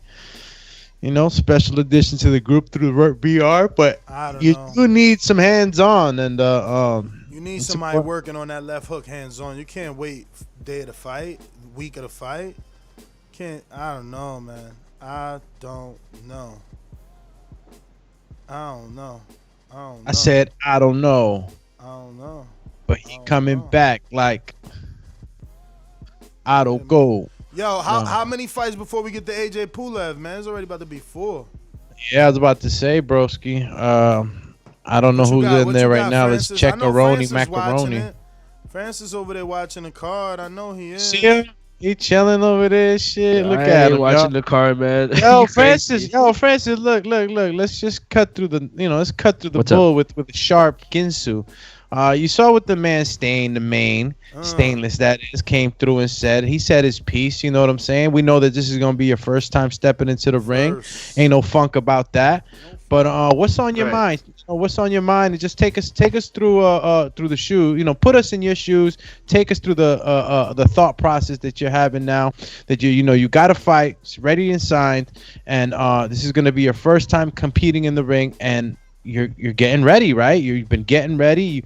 I held some pads for you at the fight house in this Border Wars 9. You had some pop. You had some reflexes that were pretty good on movement. What's going through your mind right now? To be honest, man, thank you for asking me the question too. To be very honest, I'm calm. I'm cool. You know what I mean? What I'm most excited about is like anything, like first day of school is getting to meet everybody, just getting to learn, you know what I'm saying, the different strategies, different drills that I'm gonna, work on, and different things I'm gonna do, the sparring I'm gonna get in. And it's like getting in the game and playing. You get on you work on the drills enough from day to day, whether you play basketball or football or any other sport, but you want to get in the game and play eventually, right? Whether it's a 1-on-1, 2-on-2. So just getting in there sparring is the exciting part about it. And for me personally, is putting on a sensational performance, man. I'm not worried about anything else. At the end of the day, somebody is coming to try to take something from me, and that's my mindset. And yeah, they got a tall task doing that. You know what I'm saying? Because it's not a lay down situation. So I'm not really like this approach. He can take. You know what I'm saying? He's the pound for pound, so he could take the. You know what I'm saying? The talking and stuff. Talking is what I do. Clearly, I do it for a living. So I'm gonna take a backseat on this and let him do the talking. I'm just worried about my performance. I don't care about nothing else. I don't care what anybody got to say. I'm really worried about me and making sure I'm prepared. You know what I'm saying, to my best of my ability. If I'm prepared to the best of my ability, it could be fucking King Kong. They got a tall task. All right, is that some of that pizzazz that we're gonna be seeing in the fight right there at the end, man? Absolutely, I tried. I'm taming it. I'm keeping it back cool. I'm what I'm doing right now. To be honest with you, I'm seriously, I'm excited. I want to learn. Like I love it. You see, I was pushing you to keep going and going. Like, dude, let's keep going. I was asking you questions because I'm excited to learn. And once somebody's willing to give me the time to really teach me, sky's the limits for me, man. I'm that type of quick learner. You know what I'm saying, in terms of picking things up and moving. So I'm excited, man. I'm really excited. Let me get back to Keem. We have restarted on the computer there, Keem, for Skype. What up? I figured, man. We lost you right when you hit us with the shocking news. Really, the rest of us on YouTube kept talking about it. But I can't believe you're going into a 2-belt title shot and you're gonna only virtual train. Like, why? Yeah. Why? I mean, like, I why go not? to I go to the gym. That was more of what I used in the first fight, man. You know, like I said, the coach that I had that was day to day ended up being more for like strength and conditioning. You know what I'm saying? Like we did boxing stuff, but a lot of the stuff that I would do with him was stuff that J Mac would tell me I needed to work on. You know what I'm saying? So that's kind of the same thing I could do. I could do the same thing this camp. You know what I'm saying? So that's just the way I'm going about that. Shocking, man. I would have thought you would have just added J Mac and kept the hands-on coach. I'm gonna have a trainer to work with. You know, when I'm in the gym, that's always available. I had paid and used that specific trainer in that gym. I'm not doing that this time. You know what I'm saying? It's more of I'm gonna use the trainers that I don't know how to explain it, man. There's trainers that are there. That'll work with you, and then of course you could come with somebody and or pay somebody for their one-on-one time. You know what I'm saying? Yeah. So, in terms of sparring, is it gonna be hard to find people that mimic Marvin's style? Because you called them. You said Marvin's basically up and down. So that kind of sounds like straight up, you trying to say like I mean, and it's not a bad thing. It's just Marvin he's a guy who comes forward. He brings pressure. We know he's strong. We know he's in shape. You know he's strong-willed. You know what I'm saying? So that's where he gets. That's just been his MO the whole time from Cantu to Ant, and in the rail fight, he still fought the same. We know you could tell he was visibly frustrated and overly aggressive, and it caused them to just not do anything clean. Really, it was a lot of smothered work, but that he still fought the same style, the same way. He's got the same way that he fights. So it's that's why I mean he's straight up and down. So you on your Tito shit? You think you could outbox him? I absolutely think I can outbox him, man. I absolutely, man. I think trust me, man. I think there's definitely a way. There's a blueprint that's been set out, man. And there's been a blueprint that's set out with his previous opponents, and I'm gonna be the one to put everything together. And and like I told him, I'm gonna put him in the spin cycle, man. He ain't gonna know what's going on. He's gonna be like that SpongeBob meme. We're just looking around like, wait, what's going on right now? This is crazy. Yo, that's beautiful. So how do you sway the betting line, though? I mean, him being a 4-fight experienced fighter, you only having one fight. where's your experience come from? Listen, man, Marvin's got more Border Wars experience than me, but Marvin is a guy who's been self-trained, man. Marvin got it out the mud in his garage in his backyard. You know what I'm saying? He just now got to a boxing gym within the last like month or two. You know what I'm saying? And started getting some real work and getting some real, training. I've been going to my same gym since before the summer. So it's gonna be by the time me and him get in the ring together, it'll be a full year of me going to my gym. And I'm telling you, I've had many sparring sessions, and I'm gonna have a whole lot more. So I would say I got more experience than Marvin. He's got more Border Wars experience than me, and he earned his belts. But when it comes to boxing, I'm telling you, I've been in a real boxing gym a lot longer than he has. Now, what about the fact that he feels like his gym gives him that pedigree because he's in that Earl Spence gym where they found Earl, I mean, that's fine. I mean, if you want to hang your hat on the gym that Earl used to go to, that's cool. You know what I'm saying? I don't know if did Earl leave like some secret juice there or something that you take that makes you fight like him. Other than that, I don't see why that matters. Ooh, you talking real dirty. I see you. Yo, so why the reluctancy at first, man? Why'd y'all turn it down, man? Why everybody had to be convinced, even yourself? You initially turned it down yourself. No, I ain't turned it down. I never turned that fight down. I wanted that fight. Like I said, I had to be convinced to say nah. Bruh. You may have not turned it down, but you came on live and said, we not taking that fight. I'm going to listen to my team. We going for Vega. Mm-hmm. Yeah, exactly. That's exactly what I said. I'm going to listen to my team. I got to, and Marvin to tell you on the back end, I told him, look, man, I got to swallow my pride and say I'm not going to take the fight, And salute to Marvin, man, because he could have, when I came back and said, nah, I want the fight, he could have been like, nah, I'm moving on. You know what I'm saying? But he didn't, so I appreciate that. But yeah, I wanted to fight, man. I wanted to do it. I had to be convinced not to do it. I had to be convinced to not take it and go for something else. And like I said, man, that shit kind of ate at me, man. I didn't like that. That shit bothered me. So we had to sit down and have a discussion. And my team is just gonna come up with the plan to victory. But this isn't you just biting off more than you can chew. If it bothered you that they didn't believe in you, how do you know this isn't just you trying to prove something to them that they should have seen already? Nah, it's not to prove it to them or anybody. It's just that it's more man. I've stepped in and sparred with guys that are a lot better than that, way more experienced than that, with guys that other people won't get in there with. You know what I'm saying? And I'm not saying that I go in there and dominate or I look great or anything, but it's just I'm not afraid to get in there with none Keem, of these we didn't get to see the best of Keem so far. We didn't get to see you fully display the skills.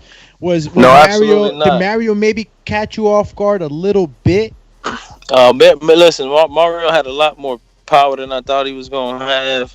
But it was just everything catches you off guard, man. That was my first Border Wars, you know what I'm saying? So absolutely. It's just the whole everything, it's a different ring, it's a different atmosphere, you know what I'm saying? So, and I'm gonna use that as experience, man. This camp, you know what I'm saying? I'm not just gonna spar my gym only. I'm gonna go to some different gyms and get, because that's something I realize, man. When you pull up to a different gym to get work, it's a different feel, man. You know what I'm saying? It's a different ring. Everything is different. So I just got to get, I got to get used to that too. Damn, that's how they cut off again. Nah, we here. You the one. All right. You the one a little bit, kind of like choppy right now. But let me get to some other fighters, man. We got some other fighters. Kenny V gonna be making his debut. What fight he took? Kenny V? Yeah. As soon as this phone powers up. He got neutral corner, Santos. Oh, that's Santos. Okay. Ken, what's going on, brother? You talking? Man, what's up, dog? I'm trying to figure out who the blank is my opponent, man. What he doing? He hiding in the chat? He on the call. Call in, bro. He was on the call. He ain't on the call no more. I mean, we took real long. It's been a long ass show, so I feel. Oh, okay. He was on it's the cool. call. Get back on the call, Neutral. Let's see what's up. And he's gonna be sending some footage, allegedly. He said that's no problem to get. Okay, that's cool. So what's the background, man? You let us know a little bit. You say you were a retired cop. Yeah, retired cop. Had a couple fights and battled the badges where we, fight against the fire department and other cops in other spots, other cities and counties and stuff like that in parishes. So, and then I won Golden Gloves too, state and went to regionals and super heavyweight. Damn, state and regionals. So how many went total regionals fights? and state? Total, counting them little battle the badges, probably got about 10, 10 fights, something like that. Oh, but, it's all, fighting, and it's the same like kind of format you guys have, 2 minute rounds, Okay. 3 rounds, stuff like that. How many knockouts in them 10 fights? To be honest, I got 8 knockouts in them 10 fights, like out, but TKOs was the other 3. Wait, 8 knockouts and five are blank outs? Like people blanked out? Yeah, people was out of there. Wow. Like I said, these guys just like, everybody else just getting up, coming off the couch. Guys not looking for certain shots. So if you catch somebody, and it don't take them 5 pounds of pressure, you catch them right and they don't see it, they going to go to sleep. So I'm not saying that I beat Tyson or nobody. I beat other cops and other guys that aspire to do what I'm doing. So it's nothing serious, I didn't beat no pros and nothing like that. So what made you first start doing boxing? I started real late, man. What made me start doing it was actually the battle of the badges. That's what really made me start doing it. Guys from different parishes talking trash, and they wanted, because I had size on me. They thought I was slower than them, They knew I was stronger. They thought they could just whoop me, So I just signed up. We went from there, and I joined every year from there.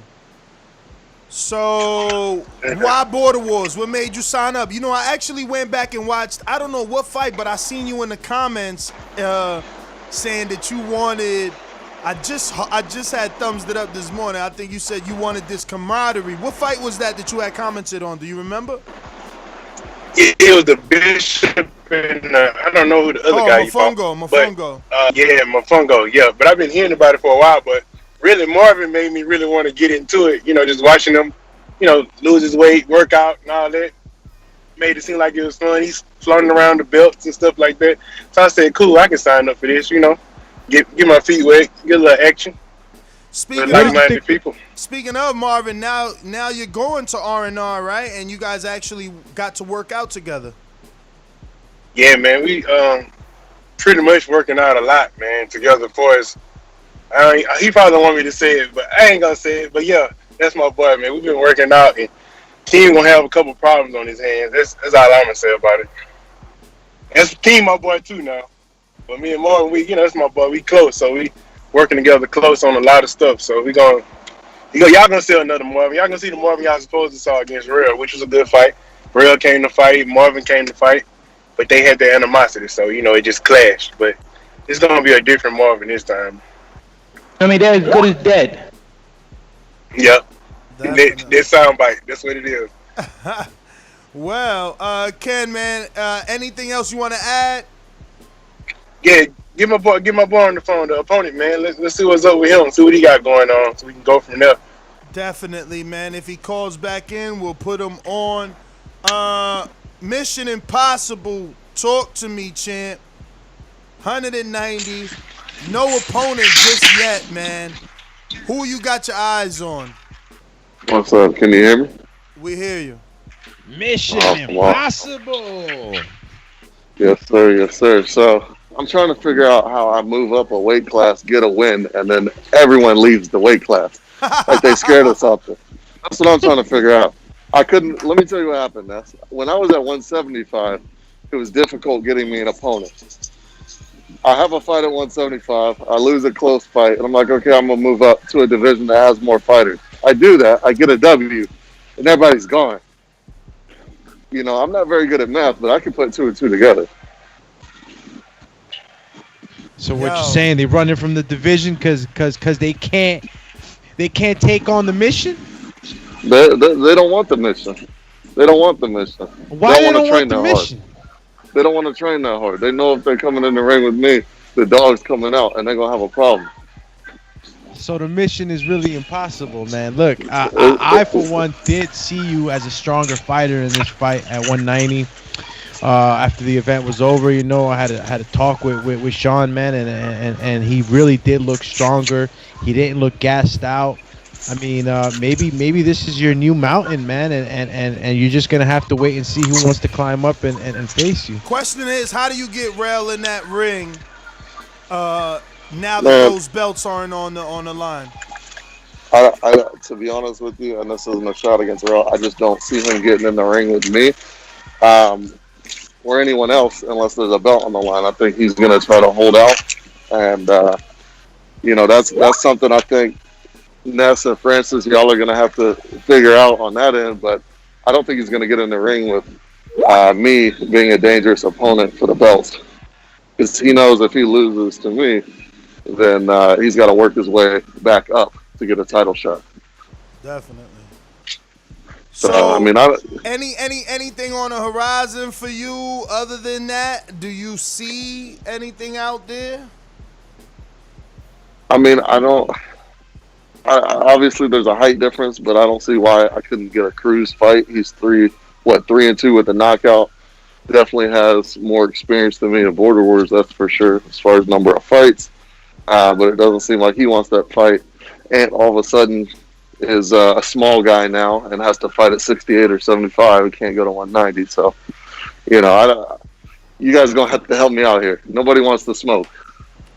Are you going to take your tank route and not give Chach the rematch? Or if that's your only option, would you at least want to fight, or would you rather not fight until you get a new fight?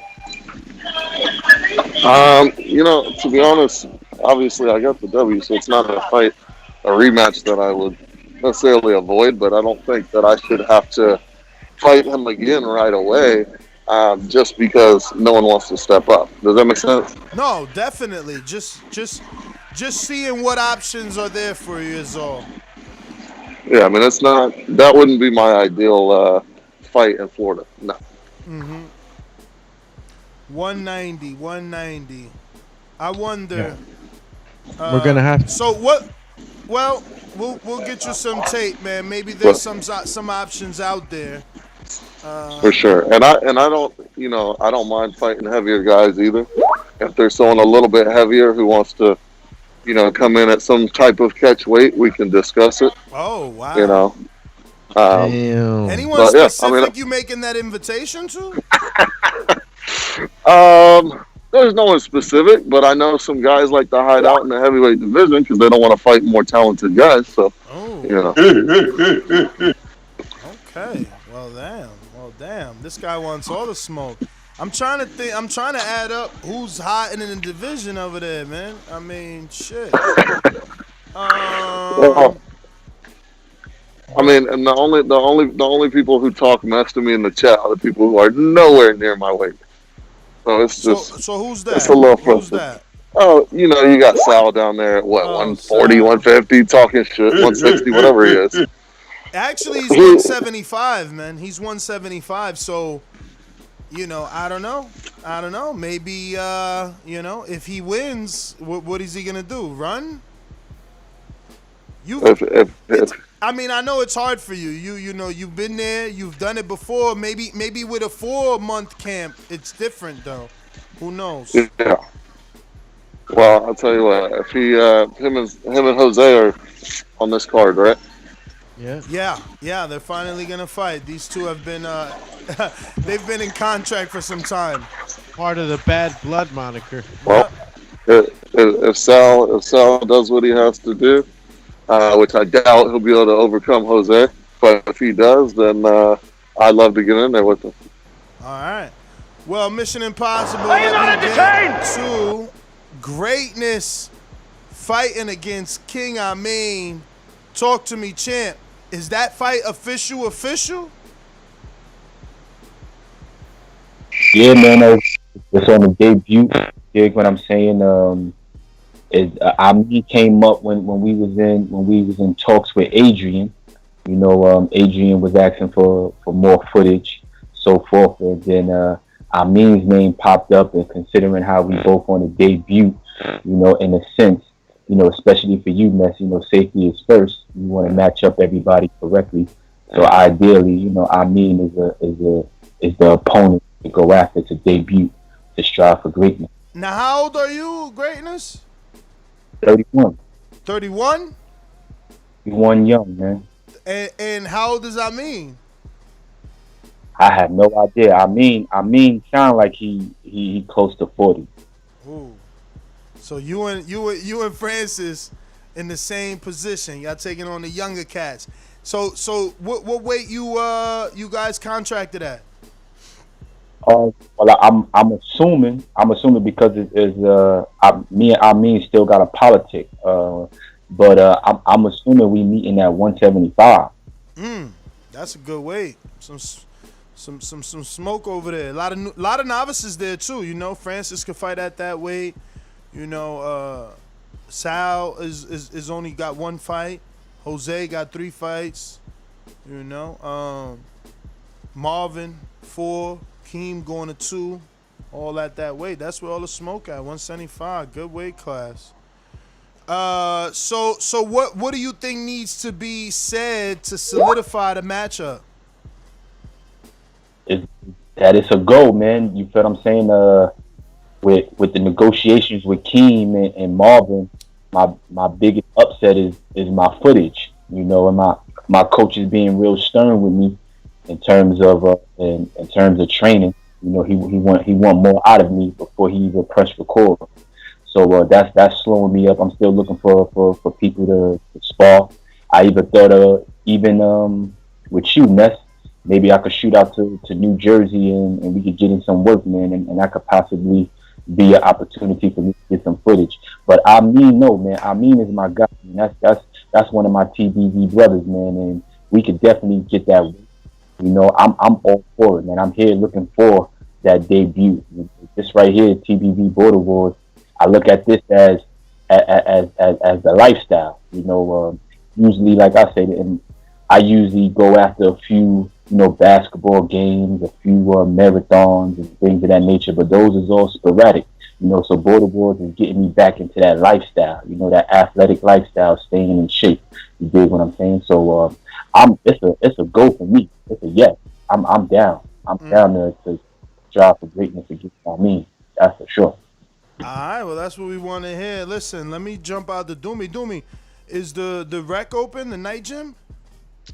The rec center, I'll be honest with you, I saw some videos of some of the guys that go there, and I thought I did see it, but I could easily just stop by tomorrow. Yeah, we got to check that out because we could easily link up with Greatness and King Amin, get that footage and settle that real quick. Let me go out to Corey Frank. Corey Frank, coming off a good win at 140 and looking to fight anywhere from 140, 154 to 160.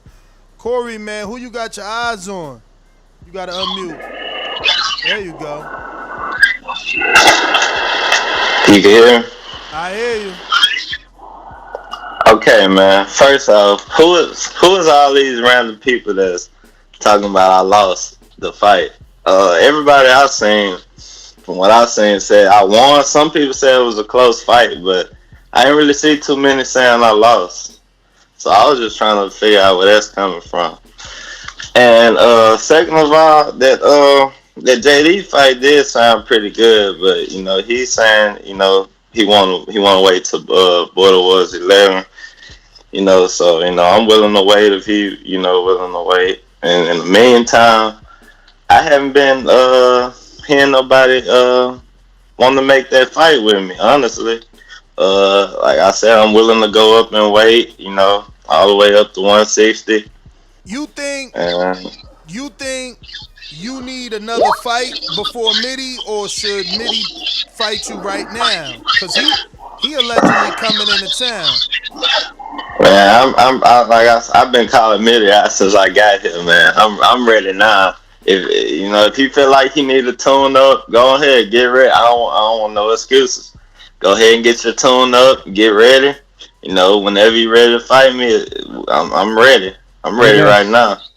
I mean, they're as good as dead. And that's the Garcia fight. Antonio Garcia is looking for a fight around 160 as well too. That's a possible opponent. I know he had a fight for 9, but we got a couple of white boys too, man. You know that white boy John got a couple people. He got Shane, he got Zeke, and obviously Antonio Garcia is there from last season. So it's really up to who wants it. Yeah, I'm ready. I want it. I need some type of opponent, at least for me to start getting ready back in the training, at least get a little visual of, who I'm, looking at, so I can get ready, know what weight I'm fighting at, and, get ready to get back in shape. Well, I'm never out of shape, but you know what I mean. Get at that fight weight. So, in your opinion, Mitty ducking you right now? Man, I don't. He got a lot of excuses. At first he was saying, let's see how you look. Yes, and I showed him. Now he's saying, he too small. He this, he that. So what weight do you think you would be the same fighter at 160 though? Man, yes, I'll be the same fighter at 160. The same. I'll be honestly. Y'all got me down to one. That was the lowest. That was my career low, making 140. That was the lowest I've been, in my life at 140. Well, as a grown man, that's the lowest I've been. 160 is way more comfortable. I'll be a lot stronger. I'll look a lot bigger, a lot more. Legs will be a little bigger. Legs will be stronger. I feel a lot more comfortable at 160, honestly. Look, we might have a fight for you right here with this super chat. Let me read this. We got his name is Donald Banks in Richmond, California. He wants to fight at 147 from the looks of it. And let me see what he says. He says, Ness, I'm going to hit JD. Maybe me and him can fight. But JD already said he ain't coming back until Border Wars 11. So he says, and I have 2 cousins. They are both heavyweights. I can have them join in. Also have no experience. So maybe Donald, man. Donald's been talking for a while. And if not, I'm going to talk to Mitty and see. Because maybe Mitty just wants you to build it. Maybe he wants you to get more wins. Damn, if you ain't got hella background noise. You must got me on speakers coming through your cars. I don't even know what it is, Corey. Thought he was on a starship. Yeah. Let me get off these headphones. Oh. Man, and one thing's for sure, man. They fought at 140 Donnell and yeah, Corey, I don't even know who negotiated that. I never knew he never made 140 before. God damn, you ain't even. He came in Spartan. Y'all ready. was looking for a Donnell opponent at 140. At 140, so I always wanted to get down to that weight anyway. So Shit. I figured I'd go down and make it. Yo, that's beautiful though, cause now man, you could get that low for turning pro and stuff, man. Yeah, that like I said, that was always my ideal weight for when I did turn pro, and I felt real comfortable. Honestly, I think I could maybe make 135. I don't know how comfortable I'd be, but I was. You didn't made look that weak weight at all, within bro. a month. I made we signed up for the Border Wars fight. I think like November the 8th. I was walking around about 160 at that time. I lost those 20 pounds before December the 8th. The next month I was already 140. Yeah. Wow. Nah, man. So we got options. Antonio Garcia, he signed up. He was gonna fight. His fighter pulled out, and he got pedigree. His family box. Then we got obviously Richmond's California zone, Donald Banks, and we still could see if Mitty gets pushed into this fight. Doomy, you know Mitty, man. Should Mitty take this guy on right now, or should he get a COVID tune-up? And the question is, who's the tune-up? When he agreed to fight Ambrose, everybody got upset at him. Yeah, you know what? My opinion on this, Ness, is simple. I don't think that Mitty is wanting to take a tune-up. I kind of know what kind of cloth he's cut at. I know his skill level, and I know he's confident. I think it goes more along with what you were just saying. You know, he's trying to build it up. I think it's COVID weight, man. He said he's 180. Yeah, but Coach Mitty's a disciplined man, just like Corey just showed his discipline and being able to, meet those weights. Mitty's always coming in but on he weight.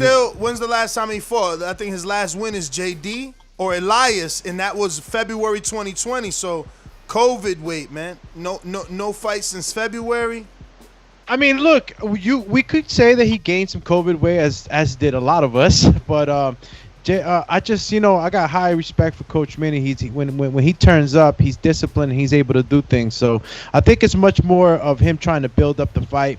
Corey just made his debut into the Border Wars series. He was impressive, even though it was his first time making that weight. To me, he did not look weak at all. You looked strong, actually, and we all know that Donnell is a very strong fighter, especially on the hold. So to me, you didn't look weak, not one bit. So it's more of him. Yeah, I didn't feel weak at all either. I definitely didn't feel weak. I felt very strong and a lot faster at that weight. I just feel, I feel a lot more stronger with that extra, extra body fat, extra, weight at the higher weights. Probably more water in my body. At 160, 154. Usually amateur, I fought at 152. That was. I felt pretty comfortable around that way, But I honestly, I respect Mitty. I don't think he's ducking. I think, like you say, he might be trying to build it. He might just want to see me a little more in there. And I mean, if that's what he wants, I get one more fight. Show him a little more, and but who can we get? Hey man, listen. I could get you one more fight, and then you could easily become his mandatory. And he can't run no more, man. It's that simple. Know what I mean? That's the thing. Nobody's ever been able to get 2 wins to become his mandatory. People they get knocked off. So would I have to win at 160 in order to become his mandatory? I mean. He fights at 160, so it would suit you better to get a fight at 160 to pressure him. You know what I'm saying? Okay. But he sees your skill. He fought JD, who's a smaller dude but has the skill. So they fought at a higher weight, and Mitty got the win, but JD feels like he could get the win in the rematch. So that's another good fight. But I know JD wants to wait, and you don't want to wait. Why wait? You know what I'm saying? I need to see that fight. What Border Wars was that on? That was New Jersey. That could be 5 or 6. Okay, is it up on the It should YouTube? be on YouTube, yeah. Okay, yeah, I'm definitely gonna have to go check that fight out and see how he handled the smaller, more skilled person. JD don't look small. You know what JD problem was? He thought I'm about to knock this dude from Europe out. So all his was flat-footed counter shots, and Mitty peppered him to death. You can't, if you're gonna be a counter puncher, you flat-footed like that. Mitty, watch that fight, because that's where Mitty throws the most combinations. He threw like 3, 4s, and 5s in that fight, man. That's how he wins. He peppers you. Yeah, but definitely I want to see what I can get in the meantime for March. Now, Antonio's definitely a solid fight. He'll show up. He's actually in Dallas, Fort Worth area, but he's originally from Michigan. And then you got Richmond, California's Donald. And then you got but you said 160. Fuck, I was gonna say Adrian. I wonder if Adrian can make 160. That's a good fight, but you probably too experienced for Adrian. Adrian's 37 years old, maybe not. Maybe Ambrose. Ambrose is 160. He got Coach J-Mac there, but that's probably too much. That's way too much experience for Ambrose, too. I got to see, but we got at least 2 fights off top. Donald got experience, and Antonio got experience. So those 2 fights are there. But you said Antonio's. Shit. Antonio's from Dallas. Unmute yourself again. I'm sorry. You got to unmute. Hello? Yeah, sorry about that. Yeah, you said Antonio's the 147 guy? No. Donald's 147. Antonio, he was willing to do 160. Yeah. I definitely want to fight closer to whatever middleweight is. Yep. I want him be impressed. I want him to know, like, you know, I can make that weight, and I want that fight. Yeah, I say that's he the pound for pound. I want them straps. I gotta give me a belt, man. I love it. No, I'm telling you, one more fight, and the public gonna be rooting for it. There's no one else out there. Yeah. Really. Besides Back him you, into a corner. He can't run too long. Yeah, you and JD. Unless Donnell comes back and knocks off JD, it's just you and JD lined up. JD coming off the Donnell win, and you coming off the Donnell win. So, you know, you get one more win than JD, and you looking better than him because he 1-1. He got that one loss to Mitty and the one loss to the one win over Donnell. But Corey, let me get out to Canada Zone 3-0 in Border Wars, fighting at 175 versus Sal, 1-0 from Bakersfield, California. We're going out to Canadian Jose. Popping all this champagne, popping all this rosé, getting money like Jose, chain code Norway. Shorty want that foreplay, I'm like no way. Gotta rock it like Coldplay, killing it. OJ, getting cheese like Green Bay. Call me Aaron Rodgers. Hopped out that Dodger, dodging them cops. Yo, Canadian Jose. Yo, hello, my fine gentlemen. Ness, the dedication on you, my friend, is something else. I went for breakfast. I felt bad because I had to hang up. And look at this. 2 hours later, man, you guys are still on it, bro. 4 Good for you, show, man. 4 hour show. 4 hours. Let's go, champ. You feel me? Took a long brunch, man. Congrats. You know what? That's the kind of dedication that's needed to make this shit work, man. And I just want to congratulate you on the real, man. I know I give you a hard time all the time, but you know what? It's much appreciated, man. As being an alum, as being a fighter, I truly do appreciate your dedication, man. So congrats. You obviously, though, are doing it for a reason. You see the light at the end of the tunnel, and you see and you know now how big this is going to be, man. So good on you, and don't stop till it gets to where you need it to be, right? So I did want to call in, you know, all hate aside, I did want to bring something up, man. Like, this is what Border Wars is about. We criticize boxers all the time. You never jump on the opportunity. You need to. You're never smart. You got to give double credit, man, both to Keem and to Marvin. Like, Marvin came off a very difficult fight, and Marvin is a smart guy, man. He's spinning right away. He's deflecting the heat from Rel, and already he's picking up on a guy that had a really strong performance in Keem. Marvin's smart. Marvin's going to whoop that boy, man. But you know what? Give him credit because he's building up that fight, and it looks like it's a challenge, but Marvin's going to whitewash him. And on the same hand, give Keem credit, man. How many times do we criticize boxers for not taking their opportunities? And Keem is. So, Keem, maybe you'll shock the world, my friend. And if you do, congrats. And just wanted to say that, man. Just wanted to say that I appreciate the beauty of boxing, man. So, peace up to both you boys. Good luck. El Loco. All right, El Loco. So, let me go to King Born.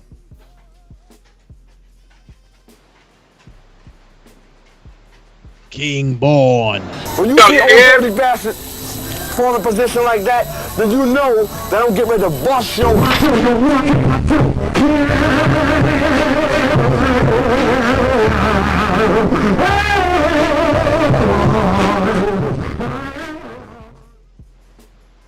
Yo, you hear me? You hear me? Hey, yo, Nut. Listen, man. You know we on our Akaba Rock shit. I don't like how I look on camera. I'm coming down to 190. I just left Reno 2 days ago. I'm 250 miles away from the border of Texas. I'm in New Mexico. When I get off this truck, I'm doing some jumping jacks. Y'all gonna see the real King Born. I was out of breath. I was feeling bloated, fat. Hey, yo, Ness, we doing this together, man. The Akaba Rock. You know what I mean? It's just that I'm a little bit darker than you. We about the same height, but I'm gonna grow my beard out like Ak, and we gonna get it on, man. Like I said, man, Border Wars 10 gotta be there. Listen to all these big ass fights we got, y'all. We got Keem trying to get 2 belts. We got El Loco coming back. We got the Battle of Harlem versus Jersey. We got the guard body, 5%. King Amin versus the Smooth Harlem brother. You know what I mean? Greatness. Yo, it's a lot of great fights. I'm excited. We got Corey Frank talking about he could do 147, 160. Listen, man, when I get there, I'm going to be 190. You can wait. It's on. Akabara. Border Wars. You got it. Hey, yo, Francis. And we got the battle of Toronto versus Detroit. Wow. Two cold cities. Two cold hearts. Who gonna win? Peace, y'all. I'm so hyped, but I'm getting there one night. For real. Get yourself right, Ness. Come in there like 220, man. Fuck the bullshit. Let's do this. Peace. Alright. Yo. So wait a minute. Fire. Did I just Fire. hear that he wants to take on that mission and see if it's really impossible? No, he talking about 190 so he could commentate better. Hey, listen, man. Even the commentating, man, we need to be healthy. Excuse me. So we don't run out of breath. So we don't run out of breath. You know what I'm saying? So That's everybody. Listen, we gotta go because we gotta fucking. Oh wait, we didn't get the info, Joe, did we? Info Joe, you did it. And meanwhile, We gotta Walk get is to giving AJ, Huey man. some leather. Yeah, I know. I missed all the fucking fights, man. Y'all probably watching the fights. Hell yeah. Yeah, I know. You know of course. Francis was quiet. I'm over here dedicated. You watching the fights. I'm working. Joe, what up? You ain't working, man. You supposed to be hyping up these fights. Joe, we talked to you? All right, we out then. Yo. I'll be fast, man. Hey, man, I'm excited about this card, man. Like Keem Warren was saying. Hey, make sure you let Francis do the lineup this time. He did a great job with the card in Border Wars 9. It was That was good, man. That was Doomy. That was Doomy. Hey, man, great lineups, man, from the first fight to the second fight. I'm loving the whole card, man, from Iron Sal to Canadian Jose, Stainless to Francis, Morocco Joe to Smoke 'em Out Jay, that one white boy, and for sure Fire D King. I mean, in greatness. What more can y'all want? King versus Marvin. I can't wait to get to Florida, man. I can't wait to get to Florida. Let's watch these fights. That's all I got, man. All right. Yeah, Joe, you gotta start looking for a tux. Remember, man, we need you to do the ring announcing. You know what I'm saying? We're going to have you in the tuxie. We're going to get that done. We're going to make a few things, man. We're going to get the flag staff, too, for the mic. You know what I'm saying? Yo, well, stay tuned. You might get that GoPro on the helmet or on the chest, bro. I've been looking into it, see what we could do, man. We're just trying to make it better for everyone that's participating. These are memories that you take home with you. You see them with your friends, your family. So we're just upping it for all the participants and everyone involved. This one should be real big, man. We looking to get a venue. So, man, just stick around. But next GT on Instagram and Twitter. Catch us on the next one. We're going to be doing a live fight chat for AJ. They says it's like 45 minutes away. So, yeah, catch us here. Peace. Yeah, you know what it is. Next up, Sports Talk. NEXUP Sports Talk. Check me out. Monday, Wednesdays, and Fridays, late night boxing talk. Listen, man. Smash that subscribe button, the thumbs up button on the way out. You already know, man. Catch you on the live fight chat. Peace. Already know. Alex_Doomsday_LAINEZ on IG.